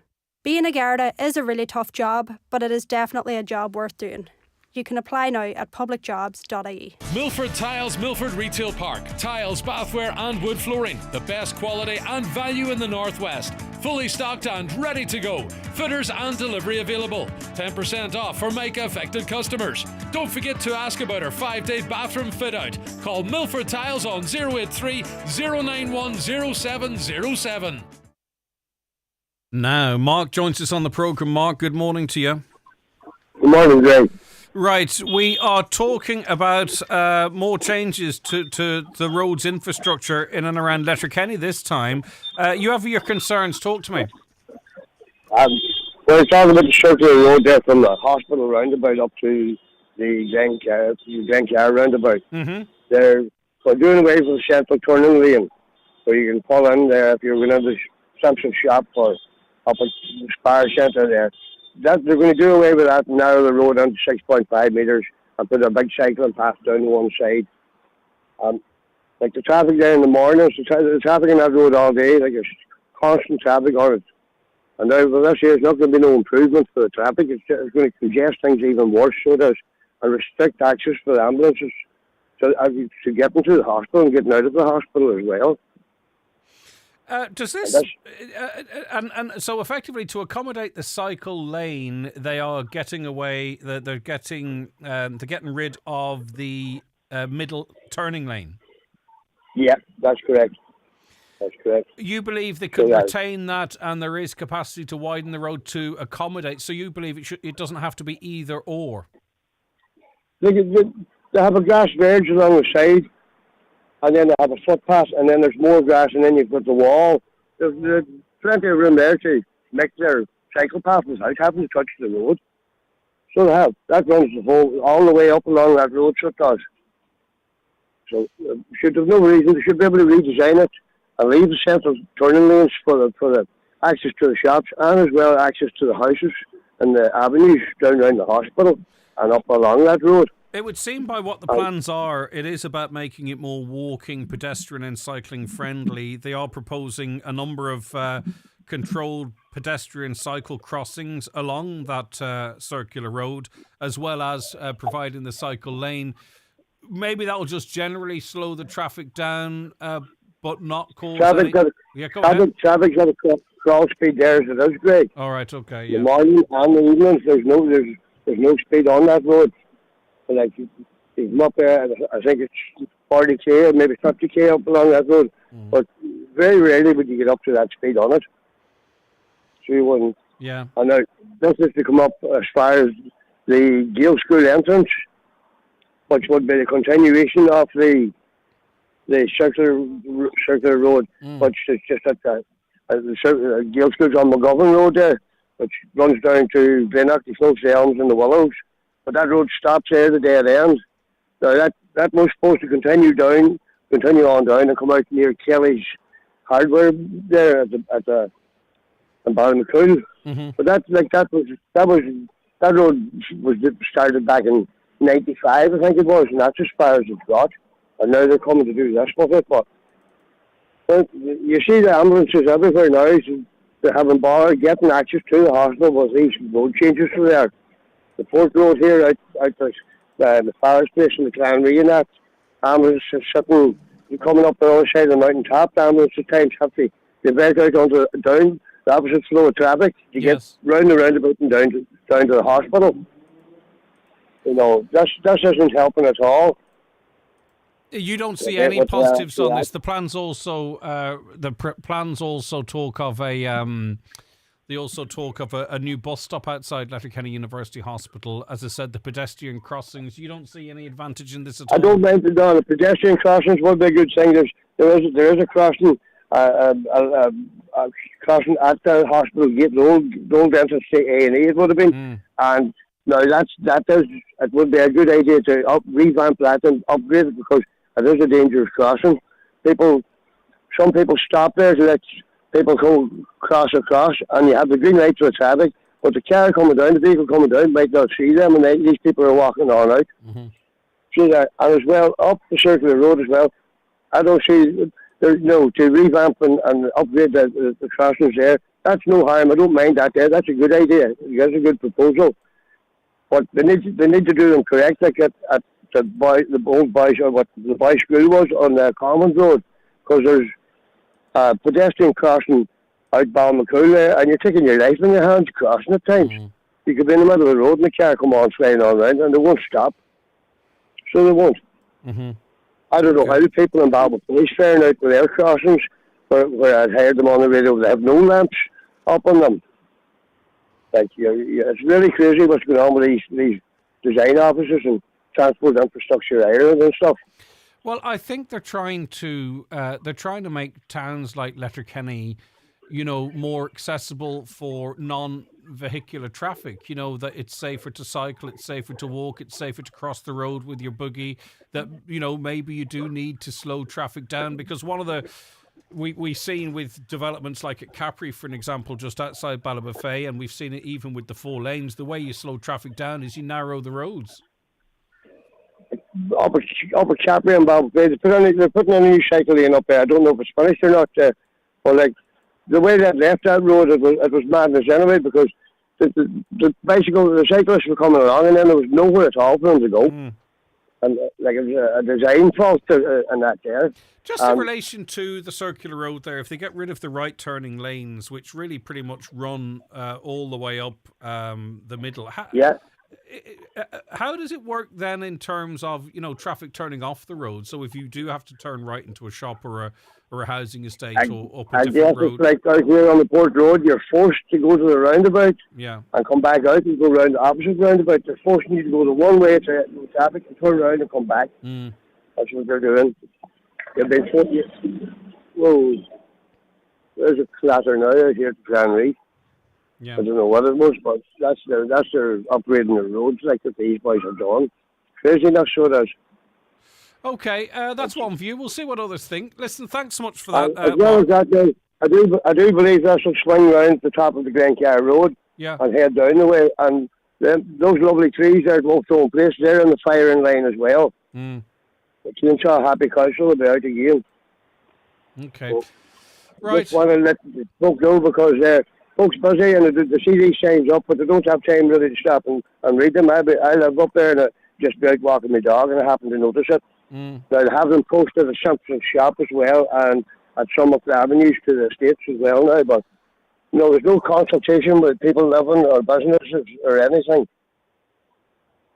And I know people now that they will not come to Letterkenny to do business because of the traffic congestion and the problems getting in and out. All right, listen, thanks for that, Mark. Kevin, what do you think? Well, I live in the circular road as well. Yep. And cycle lanes on this circular road is a waste of time. Really? Because they don't use the road, they use the footpaths. Everybody that goes up and down this road uses the footpaths. Yes, but the whole idea is to get them off the footpaths, because the road's not safe for them. Get them off the footpath and onto cycle lanes, Kevin. Here, go up and down the main street. You see how many people's nearly knocked down every day with them going up and down on the footpaths with their cycles and their scooters. Go out where there is cycle lanes and they're on the footpaths. Or on the road. They just do not use the cycle lanes. Anybody that uses the road is usually the clubs. Now, this circular road, I agree with putting on proper pelican crossings for the pedestrians and to slow traffic down. I've been on here umpteen dozen times about the speed of the traffic going up and down this circular road. It's got that bad. You can't even get out of your street. According to other listeners, you can't get up to speed on it because the congestion is so bad, and this will only make it worse. So it can't be two things at the same time, can it? Or is it at different times of the day? You have the rush hours where you can't even move on it. Yeah, it's the same. It's blocked up the same as the rest of Letterkenny. But in the evenings and between them times, I'm telling you, there's very few of them go at 50 kilometres an hour up and down that road. They're flat to the mat. They're rushing to get to schools. They're rushing to get home. You get knocked down crossing the bloody road. You see, later this year, that's likely to be a 30 kilometre zone. So, you know, it is in a built-up area. There's lots of different traffic, school traffic and all that type of stuff. Is it not better? And I'm only playing devil's advocate here before anyone takes me head off.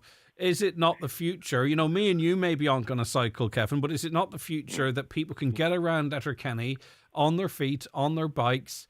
You've got, you've got a road for traffic, but you also have a footpath for foot passengers. You've got cycle lanes, and you've got pedestrian crossings, and everyone just takes a little bit more time to get where they're going, and it's a safer environment for everyone. Until it is policed. Who is going to police the 30 kilometres an hour? And here's one, and I'm going to throw it in.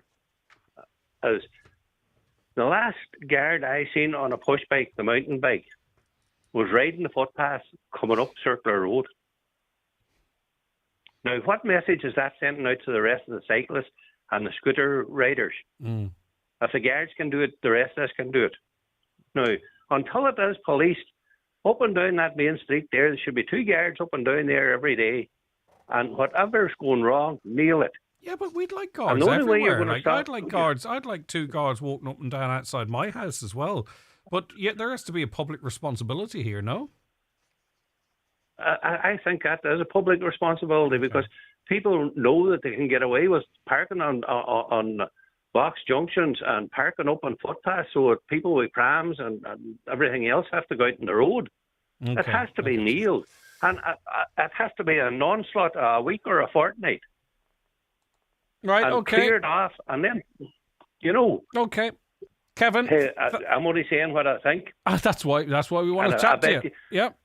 Many will agree with you, Kevin. I bet you there's a lot more people thinking. Okay. I bet you there's a lot more will agree with me. Right, okay, listen. Great. Have a good Kevin, one. take care of yourself. Now, this is all open to public consultation at the moment, okay? So what we've seen with other road developments in the past, not just in Letterkenny but elsewhere, is the work begins and people are like, well, what's happening here? This isn't going to work. You do have to have your say. I'm not saying it's necessarily going to influence the outcome, but it certainly will be considered as part of the decision making. It's a public consultation on these plans. The plans are available for you to view at Lifford, at County House in Lifford, the Public Services Centre there. You can go and see them at the Public Services Centre in Letterkenny on the Neil T. Blaney Road. You can go in and look at them between 9 a.m. to 12:30 p.m. and from 1 p.m. to 4:30 p.m. The plans and particulars will be available for inspection, as I've mentioned, up until Monday the 3rd of March. Submissions and observations with respect to the proposed development dealing with the proper planning and sustainable development of the area in which the development is situated, as we've been outlining, may be made in writing to the County Secretariat Office, Donegal County Council, Lifford, County Donegal, or make a submission. There's a make a submission button on the website, but it has to be before 4 p.m. on Wednesday the 19th of March. So there you go. That is the proposal for the circular road there, the L1007. So for those of you outside of the area, you would be familiar with the hospital. So it's the road that heads away from the roundabout at the front of the hospital there. It's quite a built-up area, really. Letterkenny, the town of Letterkenny, that is it. It extends well out there now. Okay, so any further views on that, let me know. Land down by 25%. Prices in Donegal fell significantly with fewer high-quality farms and estates offered for sale. In this week's Irish Farmers Journal, we publish our annual land report. We reveal the county-by-county variation in land prices, the latest on land leasing, and we launch our 8-week series on building a home in rural Ireland. Don't miss your free land price report worth €20 inside this week's Irish Farmers Journal. You cannot afford to miss it.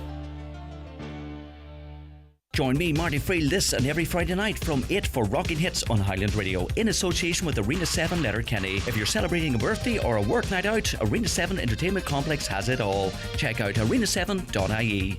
Go full Lidl this Valentine's Day with a romantic meal for 2 for just €14. Let your heart choose a mouth-watering main, 2 heavenly sides and an indulgent dessert. And the perfect match? Our classic Italian Chianti Reserva, only $8.99 on Lidl Plus. Go on, go full Lidl this Valentine's Day. Get the facts for Drinkaware, visit drinkaware.ie.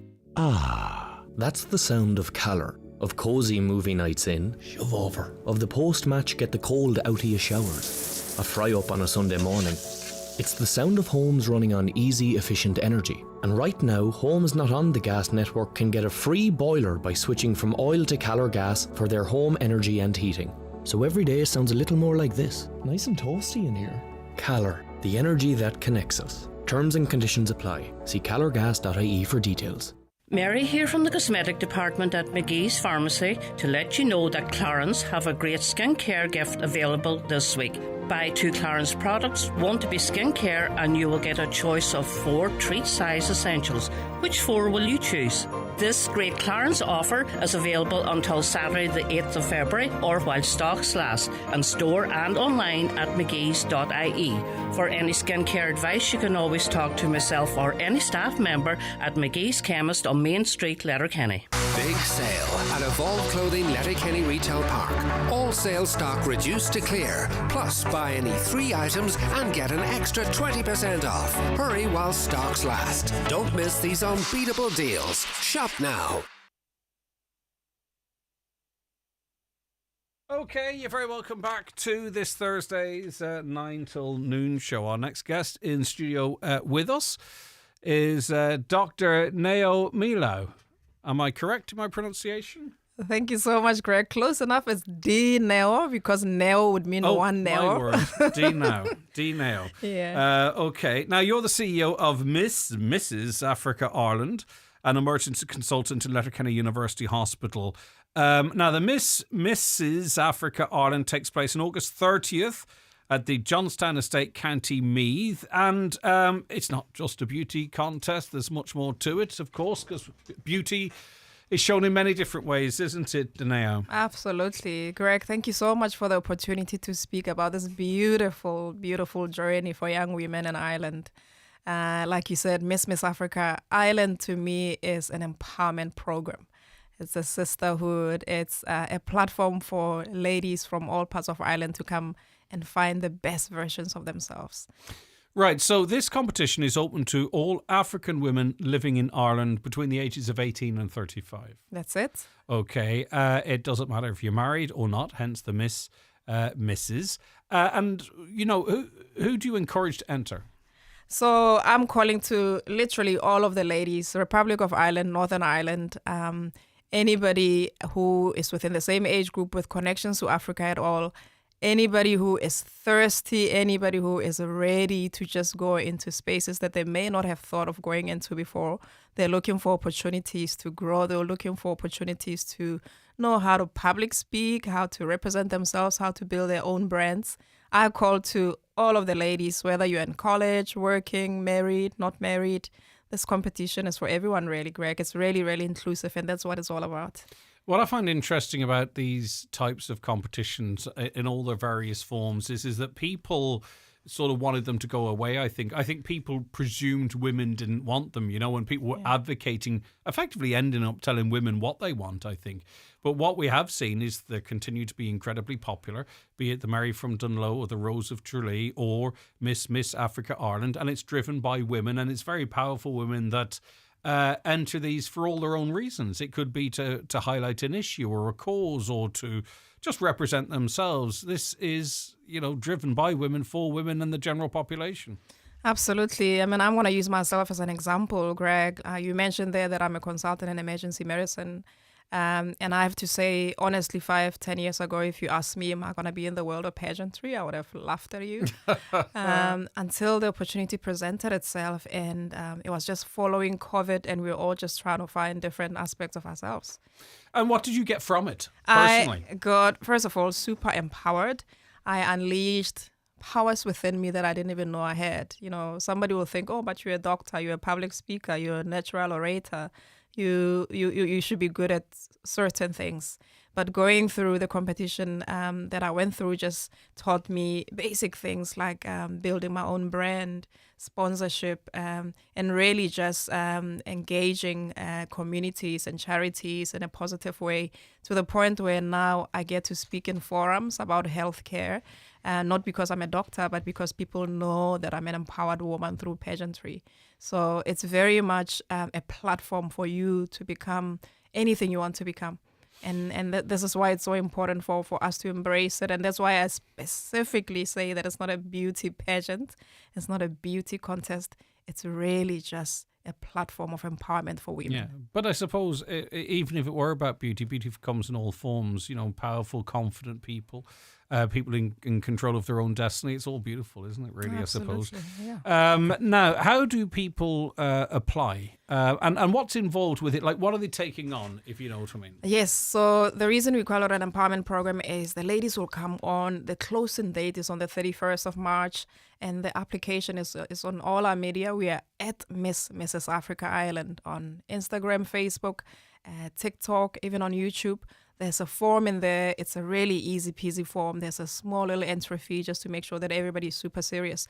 And we take these ladies through mentorship programs, master classes, and it's anything from women in business to financial literacy to how to speak in public, how to dress, because it's very important how people perceive you. The power of social media, and we're hoping to meet through boot camps as well, and engage even several academic institutions in terms of several courses, and we're really looking forward for these ladies to not just come and smile and wave at the Johnstown on the 30th, but we're looking for a whole bunch of empowered ladies who can go back to their counties and do the same thing. It's almost as if the process is more important than the night itself, if that makes sense. And that's what happened with me, with my own competition. There was very little known about what happened in the background. People just thought, oh, you've entered, now you've seen your picture posing on social media, next thing you're at the finale. There's actually a lot that goes on behind, and there's a lot of empowerment programs that are willing to engage ladies who are ready to go on this journey. So I encourage literally anybody who's listening, any lady out there, if you know a lady that will fulfill these criteria, just let them know. And you don't need to be ready. Just come as you are, wherever you are. You may have a master's program going on. You may have exams upcoming. You may have just had a baby 6 months ago. Come as you are, because we're going to engage you exactly in your own space, and you're going to get ready on the way to the 30th of August. Why would, in this day and age, would we need specific events like this for specific groups of people, if you know what I mean? I'm very passionate about women, Greg. As a woman, obviously, I'm very passionate about African women living in the diaspora.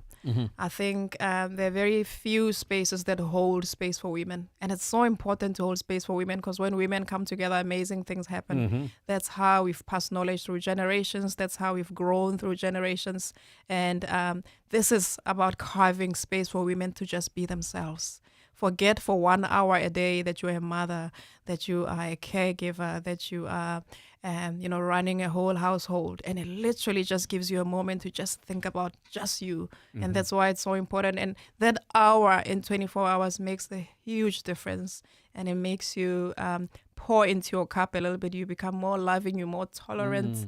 You give a little bit more because you're so full. You fill yourself all the time. So it's about filling women's cups so that they can continue to do what they do best. Yeah, we're not just commodities, are we? We're much more than that. How do people apply? So Mrs. Africa Ireland is our official handle. Our hashtag is MyMMAI2025. Go on our Instagram, go on our Facebook. The link is in our bio. Fill in a one-page application form, and you get an answer straight away. And within a couple of days, we'll let you know that we've looked at your socials, we've looked at your credentials, we've looked at your pictures, and then we take it from there. The applications until the 31st of March, but don't wait too long, because the spaces are really running out. And as part of the process too, the successful applicants then will have to pursue sponsorship. I've spoken to former contestants of this competition in the past. That's part of it, but presumably that's part of the growth as well, putting yourself out there and backing yourself. It is a very important aspect of pageantry and empowerment, because once you have your own brand, you have to know that skill of selling yourself to the point where people want to work with ourselves. And sponsorship doesn't necessarily mean money, especially in modern pageantry. It's easy for somebody to throw you €50, €100 and say, go your own way. Good luck on the 30th. But we're talking about sponsorships in terms of collaborations, partnership, what you can offer the brand. It's a much better solution for the brand than just give you a bit of money. And Mrs. Africa Ireland takes place on August 30th, 2025 at the Johnstown Estate, County Meath. Not that it has to, but does this lead into an international competition? Well, I mean, that's the future. So this is our inaugural year. This is our very first year here in Ireland. Okay, sorry. I was almost sure I'd spoken to ladies involved in this before, but maybe there's similar competitions. Probably similar competition, but I've been heavily involved in competitions in the UK, where the world of pageantry is huge. Yeah. But Mrs. Africa Ireland specifically itself, the 30th of August is going to be our very first inaugural one. That's why we want it to be a huge, huge hit. How many participants would you hope to have? If I go to the finale with sort of 12, 14, that would be great. It's very achievable. Too much would be a little bit, I still have a full-time job at the end of the day. Yeah, we need you down there now, so I'm holding you up here. Get down there. What I was going to say to you as well is that we'll share this information out in our social media, so obviously we hope to reach people through the airwaves as well. But no harm for our listeners who are with us on social media to share it into groups as well, to try and get the message out there. Absolutely. And reach it. It would be great to have Donegal representation. Please. Can I just say thank you so much that you mentioned that 80% of the contestants so far are from Dublin. Yeah, we need to sort that out. And that's sort of something that I expected, and I'll do a gap analysis on that one day and figure out what that is. But it's just urban areas. Queens from Donegal, we need to represent. All right, brilliant. We need to represent, because if we do one day, I want this competition. I want this finale to come to Donegal one day. I want this to be a Donegal thing. And Greg, may I just give a big shout out to the charity that we are affiliated with. I'm very proud that us at Miss Africa Ireland have linked up with a charity called Bud Club. Bud Club as in Buddy.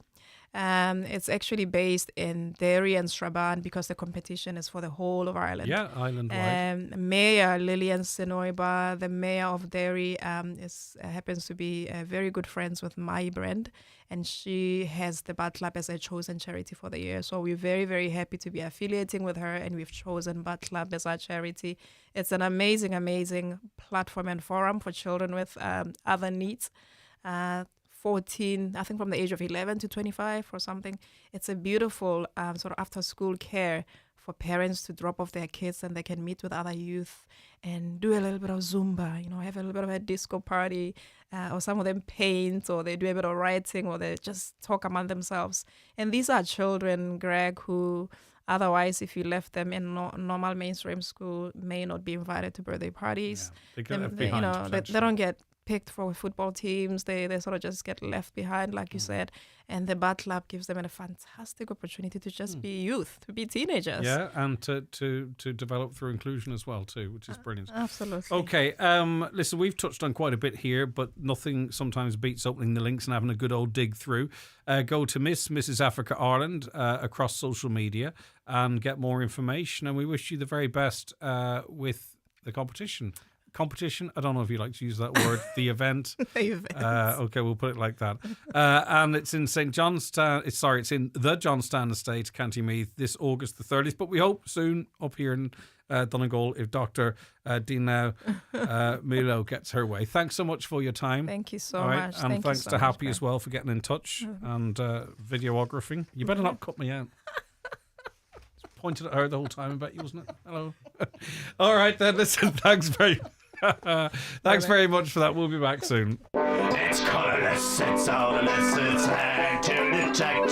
So carbon monoxide deserves your respect. It could kill you stone dead in just 3 minutes flat. And if you don't believe me, ask me dear Uncle Pat. Tagging you. Coal, turf, oil, gas, even wood, any fuel can harm. So get yourself a carbon monoxide alarm, or you might just wake up dead. So he was like messaging me all night, and then he just ghosted me. No way. Yeah. He was like, "You're so hot, I want to come over." Okay. And I was like, "Cool." And he was like, "I'm on my way, driving over right now." And then? Nothing. Phone use while driving can be deadly. Your phone, it won't kill you to put it away.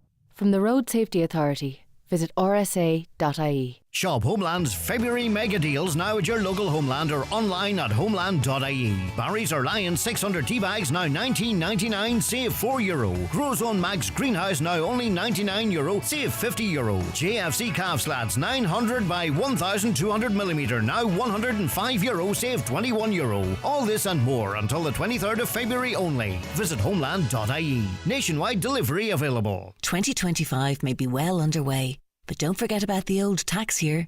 Log on to Revenue's My Account to check your end-of-year position and claim any tax credits you were entitled to. If you're due a refund, you'll get it within days. If you owe us money, we'll work with you on a payment option.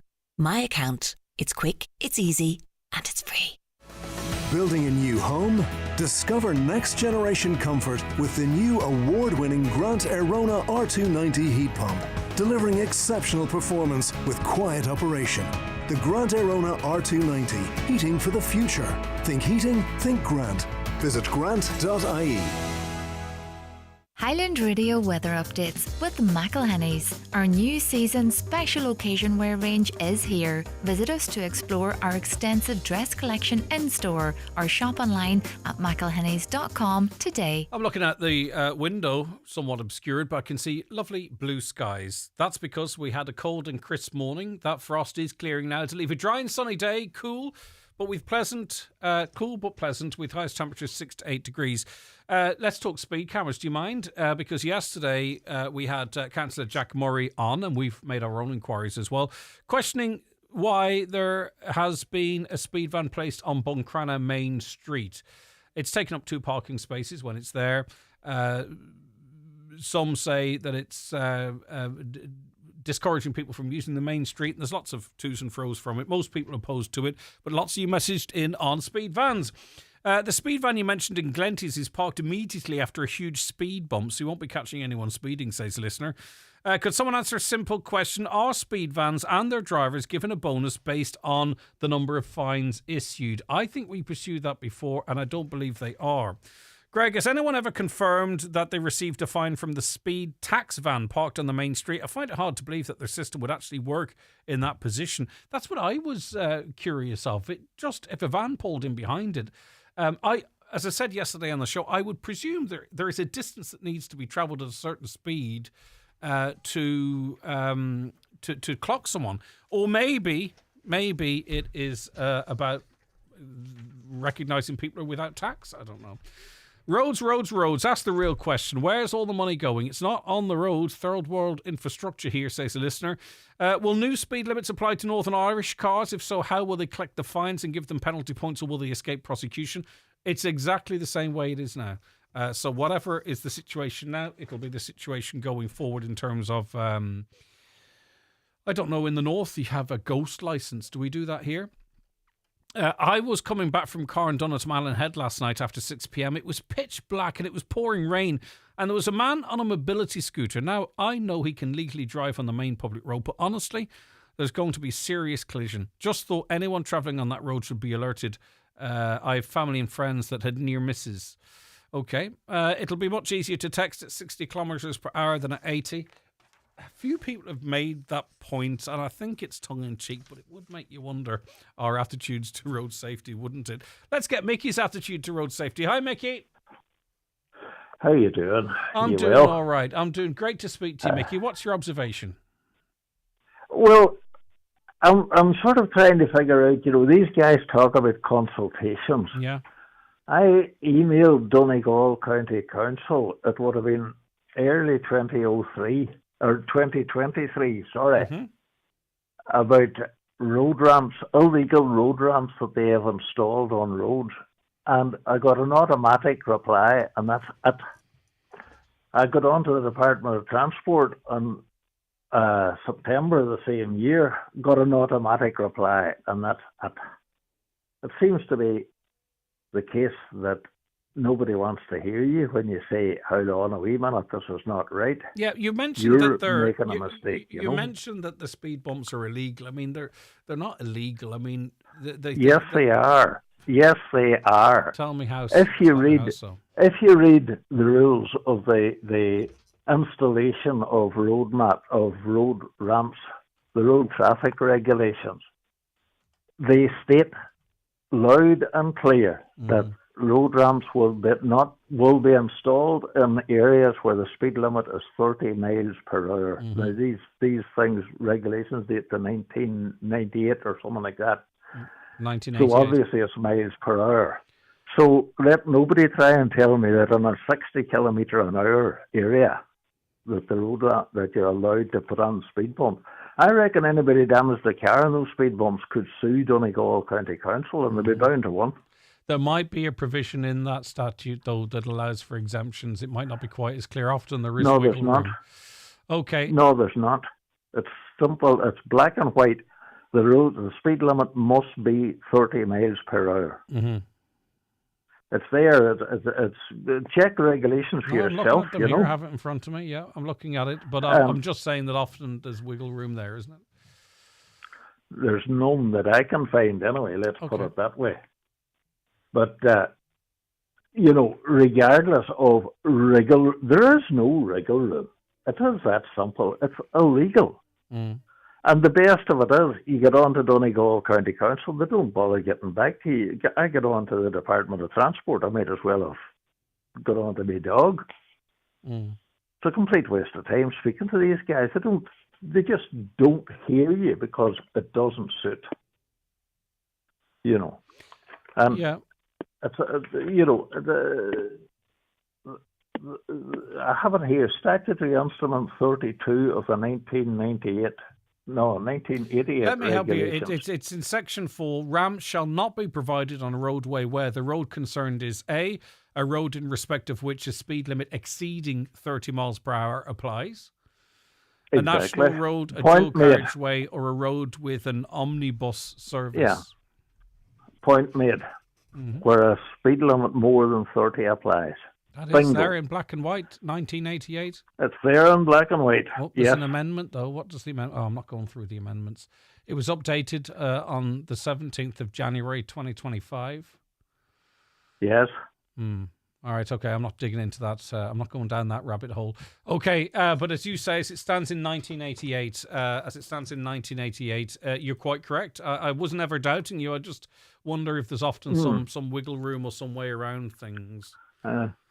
Right, No, that's okay. what I'm saying. Fascinating it's black stuff, and Mickey. white. All right, let's dig a bit deeper into that. Thank you so much for your time. Back with the news at 11. Nutrius XL Yo with Lamb and Nutrius Yo with Lamb Crunch are both formulated to ensure a vigorous lamb and excellent milk yield. Avail of our lambing season offer. 25 kg bags, buy 10, get one free. And €15 off per tonne in bulk. Available at your local Homeland store. Or contact your farm commercial specialist. Visit nutrius.ie for full nutritional information. The TUI sale is now on. Save up to an extra €250 per booking. All-inclusive holidays from €499 per person. Plus low booking deposits from €50 per person. Book now on app, online or in your local store. Holiday deal sorted. TUI. Live happy. Offer terms and conditions apply. New this week in Home Store and More. All kitchen recycling bins are all half price. But better hurry, because when all our half price kitchen recycling bins are gone, they're gone. Also, all Pyrex kitchenware and all garden plant pots are still all half price. But when all the half price Pyrex kitchenware and all the half price garden plant pots are gone, they're definitely gone. Drop by your local Home Store and More. Visit us online at homestoreandmore.ie. Home Store and More. A happy home. We all love to get the most out of things, like a sunny day, while it lasts. In Ireland, it can be hard to get enough vitamin D from the sun. But did you know that 90% of us also don't get enough vitamin D from the food we eat? The great news is, Avonmore Supermilk is fortified with vitamin D, helping us to absorb calcium for healthy bones and supporting the immune system too. Avonmore Supermilk, the most super our milk can be. Figures based on FSAI 2023 vitamin D study. This Valentine's Day, let the one you love unwrap Lindor. Irresistibly smooth melting chocolate from the Lindt Master Chocolatier. You choose the moment, we'll provide the bliss. Lindor from Lindt. When it's confirmation time, it's time for a trip to Watson Menswear in Letterkenny. Choose from a great selection of top label, casual and formal wear. Blazers and jackets with shirts to match. Denims, chinos and footwear from big names like Diesel, Cavani and Tommy Bow. Buy your confirmation outfit at Watson Menswear and one lucky person will get their money back. Stand out on the big day at Watson Menswear. Open 7 days a week on Main Street, Letterkenny and at watsonmenswear.com.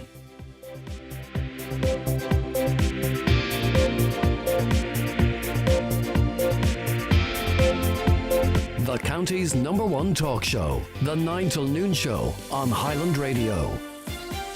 It is 11 o'clock, time to get a news update, and we welcome back into studio Donald Kavanagh. Thank you, Greg. Good morning. The boil water notice on the Glenties Ardra public water supply in Donegal has been lifted with immediate effect. Uisce Éireann has confirmed that following consultation with the HSC, customers can now safely resume normal use of the water there. Meanwhile, Air says 99% of issues caused by the storm have been rectified. At its height, there were over 26,000 homes and businesses affected in the county. The Dáil has heard how a parent in Donegal Parents in Donegal were left without childcare for days on end because of delays in getting power restored to a local Montessori school following Storm Éowyn. Deputy Charles Ward told the Chamber the government needs to realise the impact adverse weather has in Donegal, particularly on those with defective concrete homes. The 6 councillors in the Donegal Municipal District are urging Education Minister Helen McEntee to become involved in the discussion on the future of the Donegal Education Centre in Donegal Town. The centre is due to relocate to Letterkenny at the end of next month. A public meeting to discuss the issue takes place next week. The councillors say that the decision to locate the centre in Donegal Town was taken by the then Minister Niamh Brannach. They believe it can only be rescinded by a ministerial decision. Police in Derry are growing increasingly concerned for the safety of a missing person, 27-year-old Shane Doherty. He was last seen in the Bogside area of the city at approximately 10 o'clock on Sunday before leaving in a car with a friend. More details and a picture of Shane on our website, highlandradio.com. And Israel's defence minister says Ireland is legally obliged to take in Palestinians. Israel Katz says countries like Ireland, Spain and Norway, who have opposed the military operations in Gaza, should take in Palestinians. If they don't, he says, their hypocrisy will be exposed. The Israeli army is now preparing plans for Palestinians to leave Gaza following US President Donald Trump's proposal to take over the Gaza Strip. And we're back with news headlines again at 12 noon. Thanks very much, Donald. We'll be back with more of your comments after this short break. I'm Fanula Fibre O'Farrell Flynn, and this is Broadband Breaking News.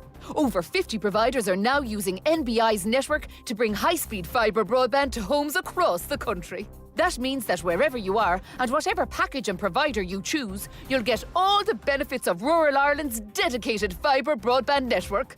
Connect at nbi.ie. NBI is delivering the government's national broadband plan. Fantastically fast fibre. Say that 5 times. Fantastic. I can't.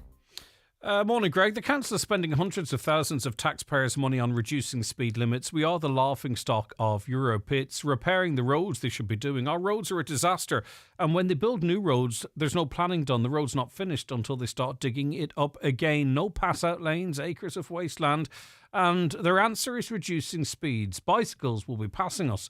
It's just going to cause more road rage. Imagine trying to get to work on a 60-kilometre road. It's road planning and repair that's needed, not wasting more money on signs. Please cop on and get someone who can plan roads and repairs. Thanks very much indeed. I understand where you're coming from. Caroline, I'll take a break just to make that a little bit more of a simple process. Greg and panel, reduce speed limits. Reviewing speed limits is necessary to understand our limits still appropriate for a particular location, but reducing speed limits widely may well achieve little. I live along a local road, an L road. Reducing the speed limit on my road from 80 kilometres per hour to 60 is welcome. 60 kilometres per hour is welcome on many of our local roads. But apart from erecting new signage, who will enforce the new reduced speeds? Gardaí simply do not have the resources to chase speeding drivers on small roads. So my question is, what will this achieve? Our guards need more numbers and resources. But I mean, we have 500,000 kilometres of L roads alone in Donegal. I mean, I don't think any of us could ever truly expect guards to be able to police that the way we might. Now, we're joined in studio by Siobhan McCormick of the Citizens Information Centre. Hi, Siobhan. Hiya. How are you getting on? Very well. Thanks Good for to have inviting you in. us. A lot of people are, still waiting for electricity, still waiting for phone services, but also to quite a bit of damage to properties and the loss of some goods. So there is a humanitarian assistance scheme that's out there. It's in 3 parts, and that's really what we're going to talk about this morning. Yes, thanks, Greg. If I could just firstly say about our services for people that are unaware. Take your time. We've got 6 offices in County Donegal. We offer drop-in service, appointments, telephone advice and outreach. We provide information, advice, assistance, representation and advocacy. So, for example, in terms of social welfare, the humanitarian assistance scheme, we help complete forms, provide advice with regards to entitlements, and also if there's an unfavourable decision, we're there to help with reviews, appeals. Appeals must be submitted within 21 days. We're an independent service, we're confidential and we're free. That was my next question. It is in absolute confidence, because sometimes as it relates to maybe a turn of circumstances. Someone might be concerned it might affect their social welfare or something along those lines. They might be concerned that if they seek guidance or advice from the Citizen Information Centre, if they seek advice that in some way that could find its way back to the authorities. Absolutely not that they're not. involved in anything nefarious, absolutely right? not. But Yes, well, that's why we're a completely independent service, and we wouldn't be able to operate if we weren't confidential in the local community. But it's good to clarify, I think. Right, so we'll focus on the humanitarian assistance scheme at the moment, because this was being put out on social media and then people thought it applied to them, and it turns out that it didn't. So I think this is going to be really quite useful. So what's stage one then? Well, could I firstly say as well, we've been inundated with queries with regard to the humanitarian assistance scheme following the aftermath of the storm on the 24th of January. And this scheme actually was implemented in 2010. And it was implemented by the government to assist households in the aftermath of extreme weather conditions such as flooding and storms. So following the storm on the 24th of January, the government activated this scheme. And the published figures of 4th of February show that there were 1,613 people that applied, and €316,000 was processed in payments. Why I'm highlighting this is because the actual storm left more than 760,000 people without power, water, heat. So there must be a much more widespread entitlement to this scheme, and I believe it's down to perhaps unawareness, or as well people may assume they're not entitled to it. I'm familiar with two separate cases, okay, because I don't like throwing stuff out there that's a bit of whataboutery, but there was two individuals that contacted me, and this the power was out, continued to be out, their freezer was full of food, and it all melted, and they had to dispose of the food. Simply didn't have the resources to actually restock that to food. So they thought, right, okay, well, this is a humanitarian issue here. They filled out the form, brought it to whomever views that form, and they say, no, sorry, this type of stuff's not covered. I will deal with that because I'll deal with each of the stages first, but under stage two, it does indeed include white goods, the contents of white goods, fridge or freezer, but there is a number of provisos, so I'd have to know the exact details of that case to see, first of all, why it was refused, and also if, for example, there would be a way of reviewing or appealing that. So the scheme is administered through the Community Welfare Officer, through the Department of Social Protection. So the Community Welfare Officer can be accessed through the intro offices, local social welfare offices, or in other offices. And if somebody doesn't know where the community welfare officer is based, they can always contact their local citizens' information. The scheme doesn't cover, and this could be why this person was refused the application, it doesn't cover losses that are already covered by insurance policies. Yeah, but that's exactly what they were being told. Yeah, so it doesn't cover losses not covered by insurance policies, loss of items that are not considered essential. Yeah, I get you. And this is sort of where schemes like this kind of become undone, because with your excess, or potentially finding your house insurance increasing and being unable to move around in the years to follow because you've got claims, this is why there's not many claims on this scheme, because this is an exact example of how you get painted into the corner of not being able to access a scheme in normal everyday life. Well, yes, because of the fact that if it's already covered by insurance. But there are policies as well. You have to look at the actual policy to see whether there is perhaps it doesn't covered by that. Policies also as well, there are people that aren't insured, and also say with regard to stage 3 structural damage, a policy it could be refused because the insurance company could say, well, the roof was already subject to wear and tear, you didn't maintain it. I get you. So we'll go through the stages. Stage 1 is a little bit more simple because it's not means tested, and it's in the immediate aftermath, or even presumably now, right? So it's an immediate need. Emergency support payments to help pay for food, clothing, personal items, and alternative accommodation if you need it. So is that hard to apply for? Well, you see, the humanitarian assistance scheme was actually extended to alternative accommodation as well in the aftermath, because so many people were without power and water for a period of time. You're right, it's not means tested, so it's not based on a household income. And perhaps there's a widespread unawareness of that. Mhm. And that's why there's not been so many applications under stage 1, because people could assume, for example, that it is means tested. You're correct as well. It covers essential items, food, eating out, and as I said already, alternative accommodation. Now, I'm thinking, say, for instance, I was affected by a flood. The house might not be habitable. My clothes could have been lost, maybe lost personal items. But in the situation of a storm, right, I was engaging in trying to find accommodation for young families or older couples or older individuals whose house was uninhabitable because it was cold, there was no heat, there was no light. Would you be of the view that they would have been able to, it's probably too late now. No, it's not too late. It's not too late, okay. No. But they would be able to get alternative accommodation paid for in that scenario. Absolutely. And you see, it's not too late after the event. Mhm. So it covers people. I mean, there's still, I think it's in Donegal, there's 100 people still without At power. least, yeah. So it covers people that are sourcing it at this point of time, have sourced it already, or have actually stayed in the accommodation. So can you do a retrospective claim? Yes, so if you you moved can. out of your property day 3, yeah. okay, that's so you really can quite put in the interesting. application form. It's called a HAS1. You should include with it receipts, invoices for the hotel accommodation, B&B. Also, as well, it covers the cost of eating out. Because, your own home, obviously, yes, yeah. because eating out meals, because people, so I that think was the we've stage I think one. we've caught a lot of extra people in there potentially listening that potentially are out of pocket but could recoup some of that retrospectively, which is Absolutely, really good. and that's Okay. what I would really encourage people to do. And if they're in any doubt, contact their local citizens formation, where we can provide advice on whether they will be entitled to make an application. Right, shall we? I think that's pretty clear. Questions might come in which we can clarify. Stage 2, this is damage to essential items and content. Tell us more about that. With stage 2, you refer to the replacement of white goods, fridge and freezer content, and other household essential items.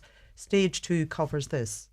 So, as I said, there is a proviso that the cover must not be already covered by insurance policies. Stage 2 and 3 are means tested. So that's the difference between stage 1, which isn't means tested, so it doesn't depend on the household income. Stage 2 and 3 do. I'll just run briefly through the means test. For a single person, you get 100% of the liable costs up to 50,000. So that's the income. For a couple, 90,000, and there's an increase per dependent of 15,000 per dependent. So whilst it is means tested, if you look at, we have the third lowest disposable income in this country and some of the lowest in this county. Yeah. And some of the lowest wages. So a couple with a child could have 105,000 euro and still be able to apply for stage 2 or 3. That catches a lot of yes, it catches a lot of people. Okay. And even if the income, say for example, of a single person is above 50,000, that doesn't mean they're disqualified. There's an actual 100%. Yes, there's a tapered level of financial assistance, and what they do is they require that person to make a contribution of 1% per 1,000 euro over the income limit. So I'll give you an example. A single person earns 60,000, then they would be required to make a contribution of 10%. So they would not be just de facto excluded. No, it's not like that. So just to be clear, if you don't have home insurance, and for many reasons people don't, I'll give an example, Siobhan, if that's okay. A few tiles were blown off the roof. The rain got in, you couldn't get up to seal it. There's damage to the internal walls. Maybe a wooden floor was soaked. Some electrical wiring needs changing. Of course, then maybe paper wallpapering. If you are a couple with a child and earn 105,000 euro or less, you are entitled to claim on this scheme in that circumstance. Yes, absolutely. I'll just make a few provisos there with regards to structural damage. There's an exclusion if it's rented or it's a local authority property. Yep. But if You're a home, property owner. yes, Yep. if you're a property owner and there's structural damage and you're not insured, you can make an application. Or, as I said, if your policy doesn't cover it, because there are circumstances where it can be denied, wear and tear, you didn't maintain it, etc., then you should still make an application. Now, in the case of where there is no insurance in place, the community welfare officer can make an application, a determination that in their opinion, there were no reasonable grounds for not having that insurance. But reasonable grounds for not having that insurance isn't defined, and we would say in that case, then the person should go to their local citizen information to have advice about appealing or reviewing it. In the case where they determine that a person had no reasonable grounds for having insurance, the person will be required to make a €2,000 contribution towards the costs, and there will be a higher contribution if they're over the income limit of 2% per thousand rather than 1%. So in that circumstance, if there's a determination that person has to pay 2,000 because they should have had insurance and it was not reasonable, they can always still come to us and we can offer advice on whether there's grounds of appealing that. Is it principal private residence? So someone absolutely has yes. So it's not. It's principal. And it's only the property. So say for instance, a drain is blocked because of a landslide, or a tree takes down a fence or goes through a shed. That's not what we're talking about. It's structural damage to the actual house. Yes. With regards to stage 3, that's the application for that structural damage. So it could be roof, it can be water damage, it could be electrical wiring damage, it could be damage emanating from the damage from the roof, etc. And that may not be covered by an insurance policy as well, because the insurance policy could exclude accidental damage as a result of that. So then again, that's the structural damage. That's the long-term financial support. That's the stage 3. And under that application, stage 2 and 3, there's a form, HAS2 it's called, and you will be asked to do a quotation. You'll be asked to provide 2 quotations with regards to a registered builder for the repairs or tradesman, a list of the repairs, replacement costings, and if it is more than 5,000, the quotation, then a Department of Social Protection loss adjuster will be appointed to look at the actual costing. So as soon as you get into a little bit of the detail, it might sound overwhelming, but this is exactly, and it's most likely not, but this is exactly, I suppose, what the Citizens Information Centre is there for. So don't go, that's too complicated. No, precisely, you've got 6 offices in the county. Yes, we've got 6 offices. They're mostly based in public services centres, yet there's a standalone as well in Buncrana. And that's why we're here. Just remind listeners again, a couple of questions. What's the income cut-off point for means testing? For the average income in this county, it's actually reasonably generous, I think. Yes, as I've said, a single person is it's tapered after that, but it's 50,000 for 100%.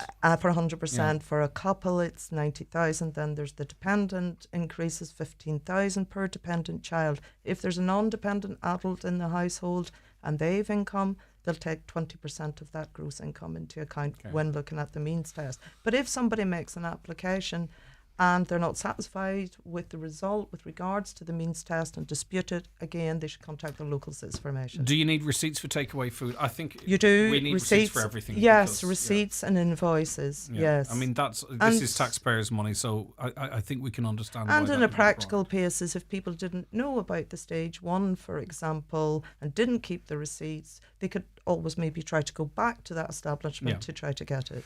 I think we'd need more information on this before you could reply to it, Siobhan. We are pensioners and we went to the Social Welfare Office for support and were refused.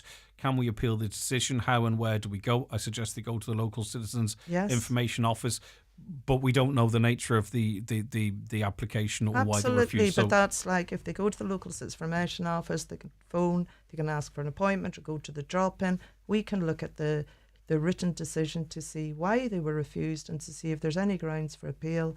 And I just want to as well reiterate that it's 21 days to submit an appeal. You can apply for a review at any stage, Okay. but we would always advise people to go as soon as possible. I had damage to my house and I am insured. I don't want to claim off the insurance though because of course it will increase my costs. Yes. Can I use the humanitarian aid to claim? I'm only on my own and I really can't afford any increase in my You see, costs. that's the difficulty because the scheme is limited to say structural damage that is not covered by insurance. And I can understand there's widespread concern with regard to excesses as well and also insurance premiums being increased in the future. But I believe that's a matter for government But we could policy and also lobbying. like, I'm not saying this is a right or wrong, but if some of these provisions weren't in place, we could effectively end up with a free state-run house insurance system. If you know what I mean. Well, I think there is a difficulty with the excesses, and people are concerned about their insurance premiums rising. And I think that's, as I said, that's a matter for perhaps government policy and for lobbying councillors and TDs. I think I did ask this actually. Can you ask that lady if a fence is covered under any of these See, schemes? it's structural damage to the house, so Yeah. fences wouldn't be. Can I claim for lost freezer food? It seems it depends Absolutely, on the terms stage of your... 2 if lost freezer food, if the insurance has not covered that already. Okay, so you have to check your home insurance policy. And if as well you're not sure about the policy, you should ask the insurance company, because they might contact the insurance company and not be aware over the phone. Ask them to send out a written policy, and if you're still not sure, contact your local assist for information and we'll go through the policy. Right. What are so? Okay, if you don't have insurance, you've mentioned this. I want to reiterate this though, because there are some people actually just wing it. And it's often for financial reasons because it's 8, 9, and you know, if you haven't had insurance for a while and you go to take out a policy, it seems to be double what it would be for a renewal. If you have had no insurance and you do not have reasonable grounds for not having insurance, which is a broad enough church, but it kind of talks to me that you've decided not to get it, right? Is that what that means, do you think? You see, reasonable grounds isn't interpreted. Okay. It's not defined. So it will depend on the community welfare officer's interpretation on a case-by-case basis. But it doesn't mean you preclude it. It just means there might be more of a contribution. It means, as I've said, that if somebody is determined to have no reasonable grounds for not having insurance, first of all, if there is a decision, they can go contact the local SITS for information, and we can look at it to see if there's grounds for appeal. Because somebody may have the belief, yes, I did have reasonable grounds for not having the insurance. But irrespective of that, if it's determined that there were no reasonable grounds for insurance, it doesn't mean that you're precluded from the scheme. But what it means is that you will be required to pay €2,000 towards any allowable costs and a higher contribution if your income's over the means test. Say, upper for limit. instance, that you stayed in your property, but you had to make a purchase to facilitate that, a generator or a gas heater. Right, so you did that to avoid having to go into a hotel and make claims in that regard. Is there any support for those purchases? Well, in that circumstance, I would highly advise that person makes an application under stage 1 or stage 2 as well for essential household items, and make their application and state the reason why they had to get a generator and why they made this decision. They could do it under stage 1 as well, why they did that in the immediacy rather than move into alternative accommodation, and make an application for it as an essential immediate item. And also, so there's potential. There's absolute potential, because of course as well there are people that may not have, because of circumstances, may have felt that they couldn't leave their property for whatever reasons. Yeah, here's an example. They stuck it out for 4 days, but they had to stay in a hotel on day 5. Can they claim via the humanitarian aid? So they stayed in the property day 1, 2, 3, 4, but gave in and stayed in a hotel on day 5. Yes, they can, because they applying for the humanity, they can apply under the stage 1. They can apply under stage 1 for their alternative accommodation. I'm not sure if this listener has on other costs as well. That over that 4-day period, perhaps they ate out, perhaps they had meals, etc., out of the property, perhaps they had other essential items that they had to purchase because of the lack of power and perhaps even water. So yes, under that stage 1 they can. Yeah, okay. Now the forms, there's 2 forms, isn't there? One form covers stage 1 and one form covers stage 2 and 3. Yes. There are 2 forms. There's a HAS1 for the stage 1 and then there's HAS 2 for the stage 2 and 3. And go back to your question there, Greg, about the generator. For example, I had a person that came to the drop-in and their son needed CPAP for COPD. So they got a generator. So that's why I advised them to make an application for humanitarian assistance scheme for the costs of that. Do you know if they were successful? Not sure. Not yet. Yes, but if they're not, again, you can come to us to appeal it. Yeah. It's also not that anyone would try and in any way abuse these schemes, but you do make a legal declaration when you make these claims, which is actually quite a serious thing to make a legal declaration. So it's important that you were as honest as possible in all. Well, it's like all declarations, yes, and and they'll be asking for perhaps evidence to to verify it with regards to receipts, etc. Anything else? I think we've covered a great deal there, actually, in a lot of the scenarios that were. The only thing I regret is that we're a little bit late on in this, but you're saying it's not too late. Stuff can be claimed retrospectively. Absolutely not, and that's but maybe the thing. There are people. I think Dolores here stuck it out at home when they could have gone to. Yeah, and that's what I want to emphasise as well. As I said, the statistics that were published on the 4th of February. Give them one more time. Actually, it's quite right. If you think about in terms of the storm, there was 760,000 people throughout the state that were left without electricity, power, and in circumstances water. And the published government statistics for the 4th of February are that there were 1,613 claims, amounting to 316,000. So there's 1,613 claims.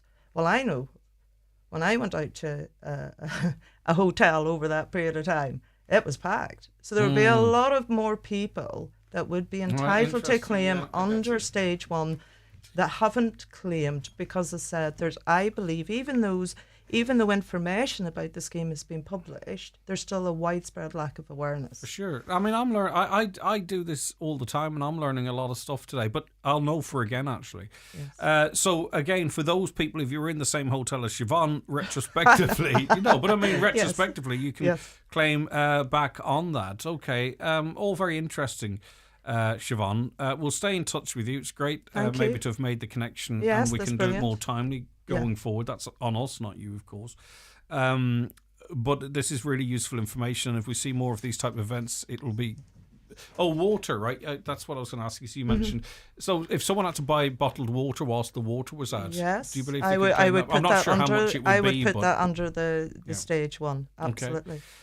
Some of it's like a suck it and see if your situation fits into stage 1, that's 2 the thing. or 3. Well, that's the thing with these schemes, because they're administered from the community welfare officer. So in a way, there's a lot left up to interpretation, discretionary with regards to that, but also as well.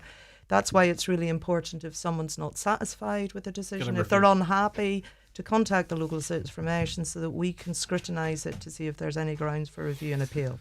Right, Siobhan, thanks very much for that. Thank It was you. really interesting. Okay, and as Siobhan quite rightly pointed out, there are many of you out there who are out of pocket who very possibly could make claims. As you heard there, stage 2 and 3 are means tested, but I suppose given the income and access to wages we have here, many of you, and it is a sliding scale as well as, it's not just a cliff edge, as Siobhan mentioned, many of you would be entitled to something, and not an awful lot of people claimed compared to those that potentially could. Siobhan McCormick of the Citizens Information Centre, one final thing to recap where the centres are. Well, they're throughout County Donegal, so there's Donegal Town, there's Carndona, there's Letterkenny, there's Dunlow, there's Milford, and also in Buncrana, and we do outreaches as well, so we cover the whole county. And is there a Donegal number? There is, each office has a different number. Separate do you know number. what we might actually do? We might collate that, stick it on our socials. Rather than trying to rack our brains now and get them all together. And also, I find it hard to write a number down because I can't find a pen. So leave that with us. We'll get those numbers together and stick them up on our Highland Hub Facebook page so you have all that info. Great. All right, Siobhan, thanks so much for your time. Siobhan McCormick of the Citizens Information Centre. You've heard of the egg muffin, but have you heard of the gloriously delicious Centra High Protein Egg Muffin with 27 grams of protein? So it's got the legendary Super Queen sausage, it's packed with protein, and it's only €4? Just don't pull a muscle, run into your nearest deli to grab one. Centra, live every day. iMotors are now carrying the largest range of pre-owned cars in the Northwest. Don't settle for just any car. Choose the one that suits your style and budget. Visit imotors.ie to explore our extensive range with 20 plus brands to choose from and find your next car today. Or call into our showroom in Letterkenny or Malin. iMotors, fearless generation. Discover the ultimate escape at the Spa at Orchids, the Holyrood Hotel, Bundoran, nominated for Spa Experience of the Year 2024 by the Irish Hotel Awards. Indulge in an oriental bamboo massage, reflexology, or choose from our signature therapies, skin glowing facials and invigorating body treatments. Couples can unwind together in twin treatment rooms or share a peaceful moment in the secret garden with outdoor hot tub. The Spa at Orchids, open daily. To buy a gift voucher or reserve your appointment, visit holyroodhotel.com.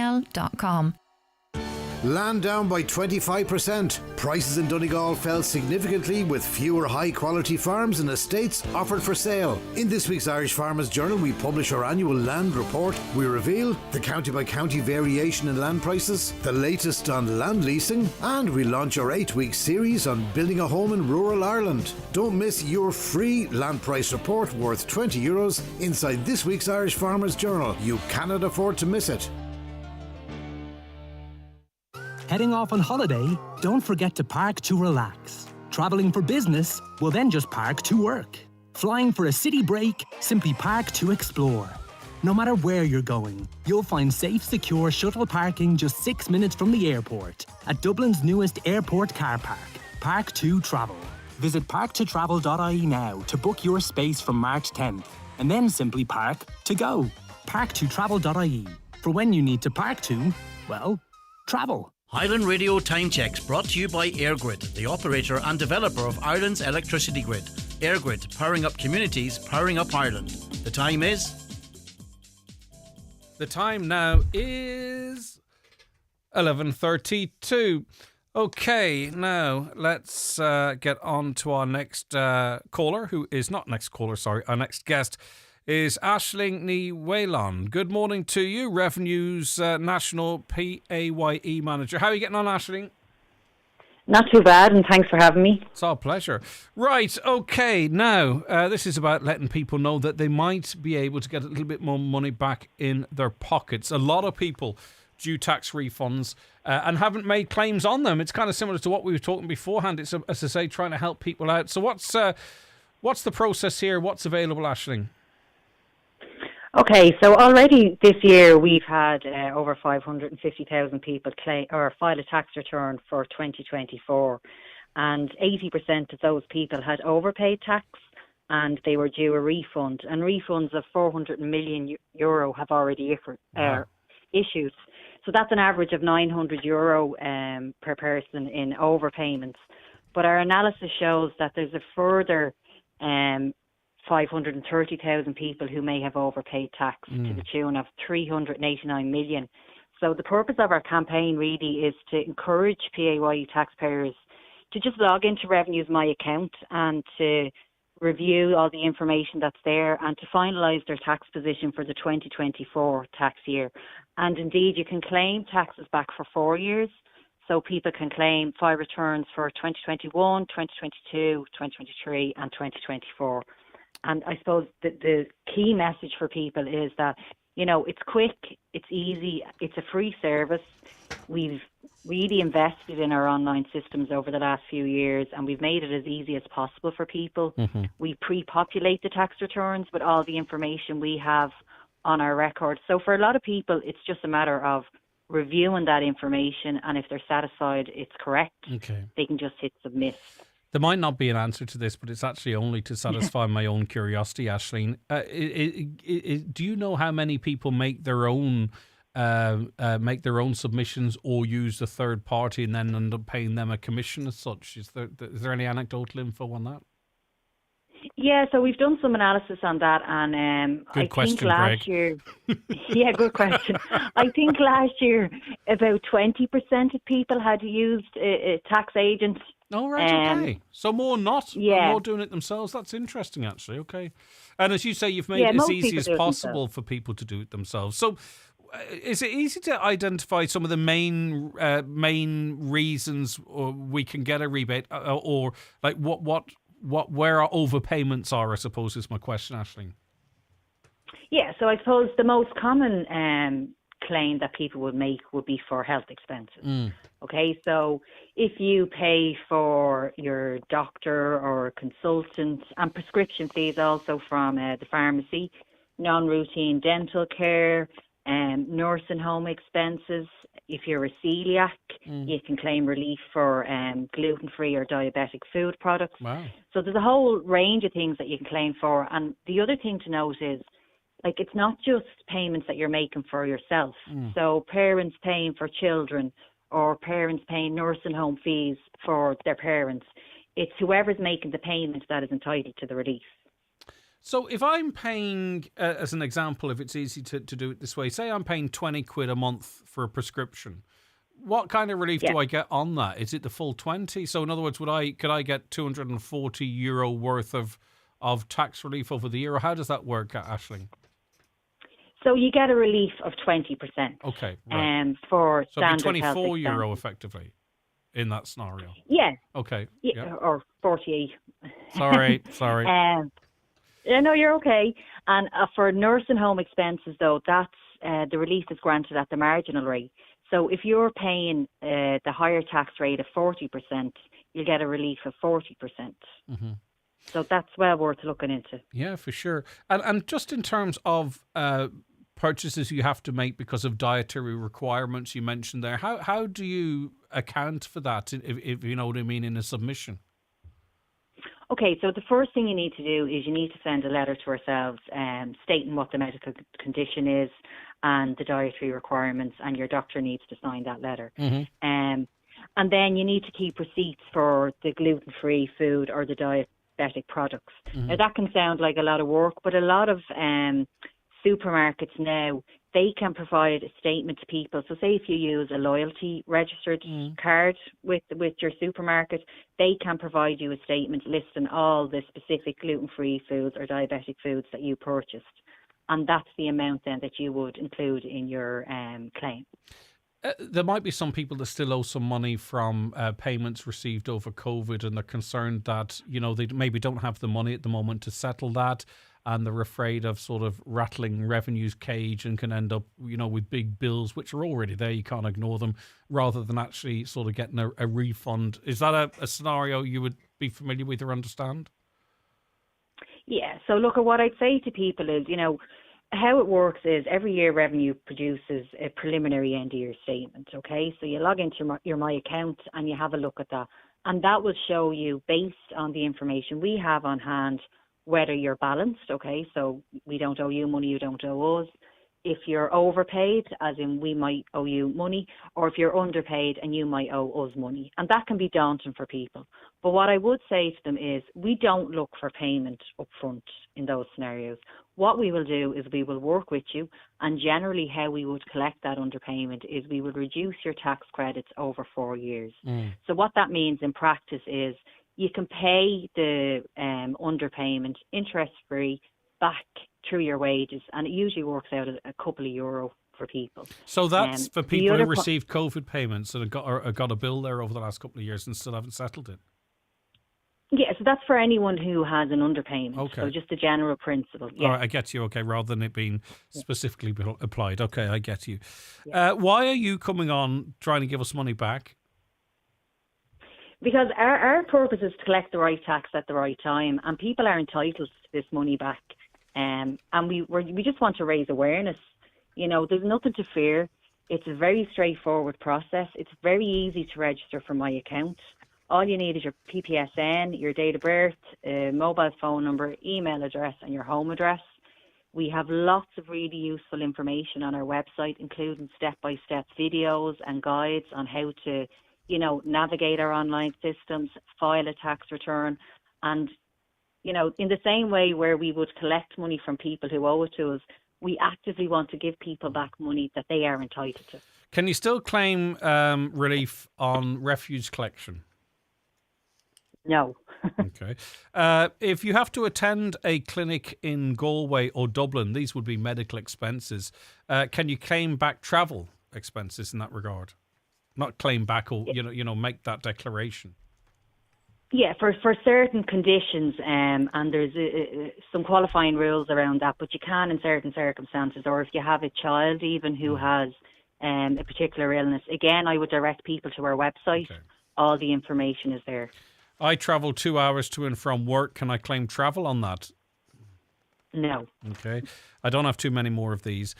Claim for working from home. It seems very difficult and a lot of receipts required. Heating, Wi-Fi, electricity bills, etc. for the full. But is that PAYE? It would be as well, wouldn't it? Yeah, it is. So a lot of people now are working remotely, either full-time, part-time, or kind of a hybrid arrangement. And for 2021... you're entitled to relief on 10% of your electricity and heating bills and 30% of your broadband bills. And then for 2022 and beyond, it's 30% of all three bills. Now, there is a calculation there. It's based on the number of days you actually worked from home. But the income tax return will calculate the relief once you input all those details. And again, I direct people to our website for more information on that. Okay. With regards to go ahead. receipts, Sorry. Yep. No, just for receipts, and this is a general for health expenses as well. We do have a receipts tracker. So what you can do is, as you get your bills or your receipts from the doctor or whatever, you can upload those receipts as it's going, so that it's not such an onerous process that when you're coming to file your tax return. Now, some people are sort of framing this as that revenue should be getting this right in the first place. They're overcharging us. Why should we have to? But some of these are reliefs, and revenue wouldn't know all about everybody's individual circumstances like that. And I think a lot of people wouldn't want revenue to have that level of reach either. So I don't want to read this out when you're not here. So just to the sort of broad claim that revenue must be getting it wrong in the first place, and it shouldn't be us having to get our own money back.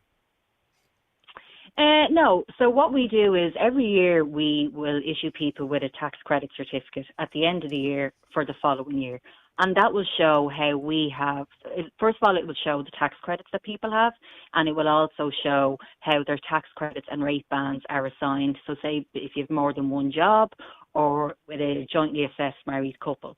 And again, I would encourage people at the end of the year when your TCC is there, log in, have a look at it, make sure your credits and rate bands are assigned correctly, because sometimes that's how people end up overpaying. So they don't have enough credits assigned to one job and they're paying a lot of tax on that job, whereas if they spread them out differently, it would balance out. So we do try to, point people in the right direction, and as much as we can, we do get it right. As you said, we're not aware of the health expenses that people incur, and that's why they need to tell us at the end of the year. Yeah, and sometimes your employer doesn't have things in exactly correct either. I cannot do online. This is the very last one. I cannot do online. Is there a number I can call and actually get an answer? I put in a question a few weeks ago and I'm still waiting on an answer. I mean, the amount of people that can't do this online is reducing, but still there is a cohort there. What's the situation for them, Aisling? Yeah, so we offer an appointment service for people, if they want to come in and chat to us. We also have, if somebody has a particular reason why they're unable to use our online services, be it due to a disability or they're in an area with very poor broadband, we can put a mark on their file with their permission. It's called an access support marker, and that just alerts us to the fact that this person is unable to use our online services. Another service that we introduced recently, and it's available in the Letterkenny office,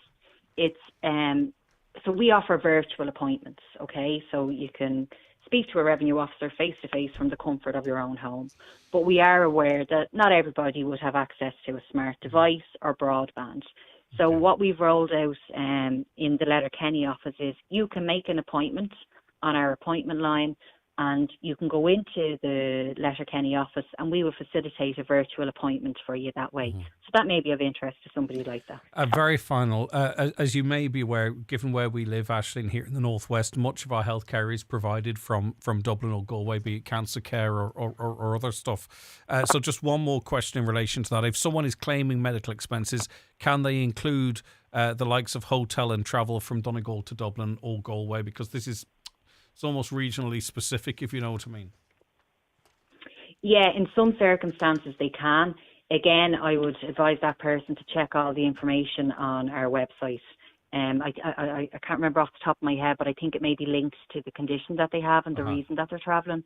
But in some circumstances, some you can. will, And again, some that's will all. be able to. Okay, I get you. It's Yeah, incredibly yeah. specific, and as you say, that there are perhaps particular illnesses or what have you. Aisling, for now, thank you very much indeed. I do appreciate your time. Aisling Ní Whalán, Revenue's National PAYE Manager.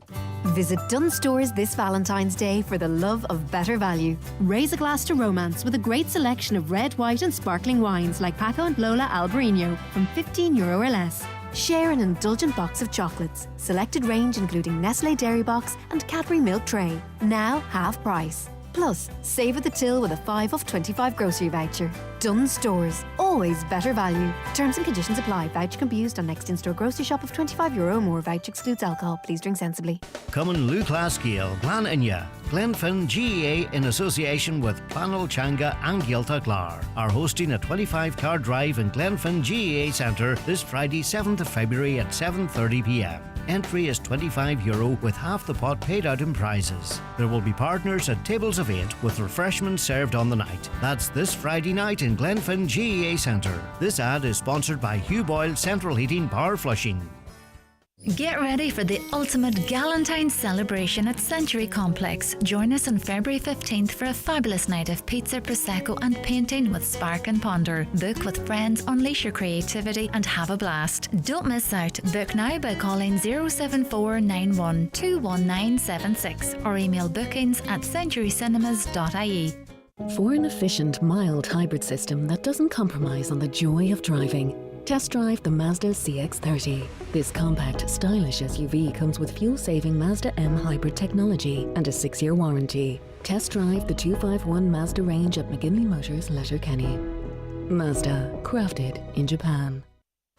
With the phasing out of R32 refrigerant and heat pumps, discover next-generation comfort with the new award-winning Grant Airona R290 heat pump, delivering exceptional performance with quiet operation. The Grant Airona R290, heating for the future. Think heating, think Grant. Visit grant.ie. Do you want to become a qualified scaffolder? SafeTech are offering a 7-day basic scaffolding course starting in Donegal on Wednesday, March 5th and in Sligo Wednesday, April 2nd. This programme is 20% funded. Terms and conditions apply. SafeTech are also running mobile tower scaffolding courses in March and April. For more details, get in touch with SafeTech today on 074 91 27786 or visit safetech.ie. If you're ready to transform your space this spring, Foy's have the experts to make your dream design come true. Their interior design and paint colour consultants are there to help with free consultations throughout February. Whether it's a home makeover or a commercial project, they've got you covered with advice on paint, wallpaper, curtains, blinds and furniture styling. Plus, they're the largest paint stockists in the Northwest. Book your consultation today and let Foy's bring your interior to life. Donegal's Refix game with Kerry takes place this Saturday afternoon in Killarney, and the game will be live on Highland from 2:15. After the opening night win over Dublin, Jim McGuinness's side face into a tough time the Kingdom, who also won their opening game of the campaign last weekend. So for full match commentary, tune Highland's way. Join me, Oisín Kelly, and we'll also have Brendan Devaney on Big Match Expert Analysis. Coverage of Donegal action in the National Football League is with Highland Motors. Be one of the first to test drive the European Car of the Year 2025, the new Renault 5. Book your drive down memory lane today. Ready to transform your smile? Discover the magic of Blue Poppy Dental in Letterkenny and Donegal Town. With implantologists, surgical and cosmetic dentists, orthodontists and an endodontist all under one roof, we've got all your dental needs covered. Starting your journey is easy. Call us on 074 91 20355 or book your appointment online anytime through our user-friendly patient portal at bluepoppydental.com. Blue Poppy Dental and Orthodontics, where smiles shine brighter. Switch to solar and save. Cut your energy bills with efficient renewables. Trusted since 2009. Solar is clean, affordable and now more rewarding with a €1,800 SEAI grant and 0% VAT. Order by March 1st and get your free BER assessment. Don't miss this chance to save money with efficient renewables. Call 074 970 8320 for a free quote today. iMotors are now carrying the largest range of pre-owned cars in the Northwest. Don't settle for just any car. Choose the one that suits your style and budget. Visit imotors.ie to explore our extensive range with 20 plus brands to choose from and find your next car today. Or call into our showroom in Letterkenny or Malin. iMotors, fearless generation. Highland Radio weather updates with McElhenny's. Our new season special occasion wear range is here. Visit us to explore our extensive dress collection in store or shop online at mcelhennys.com today. Okie doke, weather, isn't it? Okay, cold and crisp morning is behind us now at this stage, so we're going to be left with a dry and sunny day, cool but pleasant. Highest temperatures of 6 to 8 degrees in light to moderate southeasterly winds. Tonight, breezes, winds. What's the difference between a breeze and a wind? When does a breeze become a wind? Tonight, cold, dry and clear with light easterly winds. Lowest temperatures -2 to +1 degrees with widespread frost and a few icy patches. So if you were travelling this morning, you would note that in some areas there was that good, honest, dry frost that you see, but also little patches of black ice as well. And I note the footpaths that I observed too, pretty dangerous. So maybe allow yourself a little bit extra time tomorrow morning, but enjoy the wonderful day that we have. Listening to that lady from Revenue overcharging in the first place. I'm a retired civil servant. What amazed me was that Revenue was overcharging me at all. If they know that people have been overcharged, why should people have to go and check? Surely they should be given back the money that they were overcharged, and I'm not on about medical expenses, etc. Yeah, I think they calculate how many people might be entitled to a refund rather than knowing 500,000 are. I presume it's based on the balance of probability. My SB was off for 6 days. I filled out my HSA1 form and gave it to social welfare. I was asked if my electricity was back on and I said yes. I was then given another form and it was to be sent to Galway. I was to send away 3 bank statements to check that I was eligible. Has this happened to anybody else? I'm sure it has. I'm a HSC worker who applied for the Humanitarian Assistance Scheme 1. Humanitarian Assistance Scheme 1. I was under the impression that we were all entitled to this due to the power being off. This is the problem with social media. I did see it shared out as if it were. Then I was told to provide 3 pay slips and show I was paying for my house. We're all being means tested to avail of this scheme. After the paperwork came, I just threw it in the bin. For Scheme 1, you shouldn't have to provide pay slips unless it's proof of address, because it's not means tested. And obviously, you would have to prove that you own the house. It's your principal private residence, I would imagine. I'm not defending the scheme. I would prefer if it was more accessible, and that's why we were doing that piece. I filled in my form for humanitarian aid after the electricity was off. I lost all my food in the fridge and freezer. I received a letter today to say I don't qualify. I thought this was emergency money. I also received a big yellow form back as well. I even have photos to prove that my food was spoiled. If I'm not eligible for humanitarian aid, what am I eligible for? This is the only aid that I've asked for. Well, this is the get out. If your house insurance covers perishables like that, then you would not be covered ordinarily. But we did hear from Siobhan saying get in contact with your Citizens Information Office. There may be some other element of the scheme that you could claim under. Hi, Greg. The speed on the Dreenan Road in Ballybofey is ridiculous. Cars overtaking lorries that are going way too fast. Nothing has been done. It needs ramps and islands to reduce speed, not speed signs. I checked the amendments, actually. We're chatting to Kevin. It was the caller before Kevin, whose name just escapes me at the moment. And he's quite right. I did check the 2024 amendments, and it still says in those amendments that you cannot put in speed bumps if the speed limit's in excess of 30 miles per hour. Why it's still in old money, I don't know. But anyway, it is exactly what it is. Greg, if you're coming down past the hospital and going across the road to continue down the town, you're relying on the goodwill of drivers to let you cross. Firstly, you have the traffic coming down from Glencar. Once you get halfway cross, you are then relying on drivers coming onto the roundabout from 2 or maybe 3 different directions to let you cross again. Sometimes the roundabout is blocked up, but then you are dodging between cars. Lots of people have to cross there every morning, including myself. I think they need some kind of official crossing there. It's worse on winter mornings when you can't see the driver in the car who may be waving you to cross. This applies to people going up and down. I don't use it in the evening, but I would think it is the same. Maybe a system like they have at Tesco roundabout where you press a button and the light is only red when there are people crossing. Not a bad idea, actually. It's not a part of the road I walk on, but it makes sense. Greg, what's going on with our fruit? Which is just talks to the randomness of the comments. Love them all. But what's going on with our fruit, they say? Got a banana in the local supermarket this morning. I couldn't get the skin off.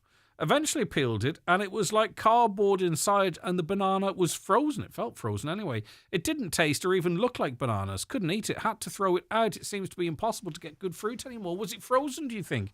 Because, I mean, the more you freeze fruit... I noticed taking oranges or bananas out of the compartment in the fridge, they don't taste... I think this is why they sell beer so cold. It's because it's to dumb the taste down so new people start drinking.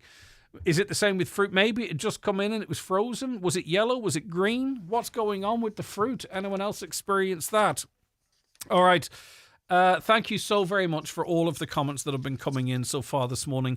We are blessed on this show to get so many of you texting in, and that's why it's so important to read as many out as we can. We just couldn't get through them all today.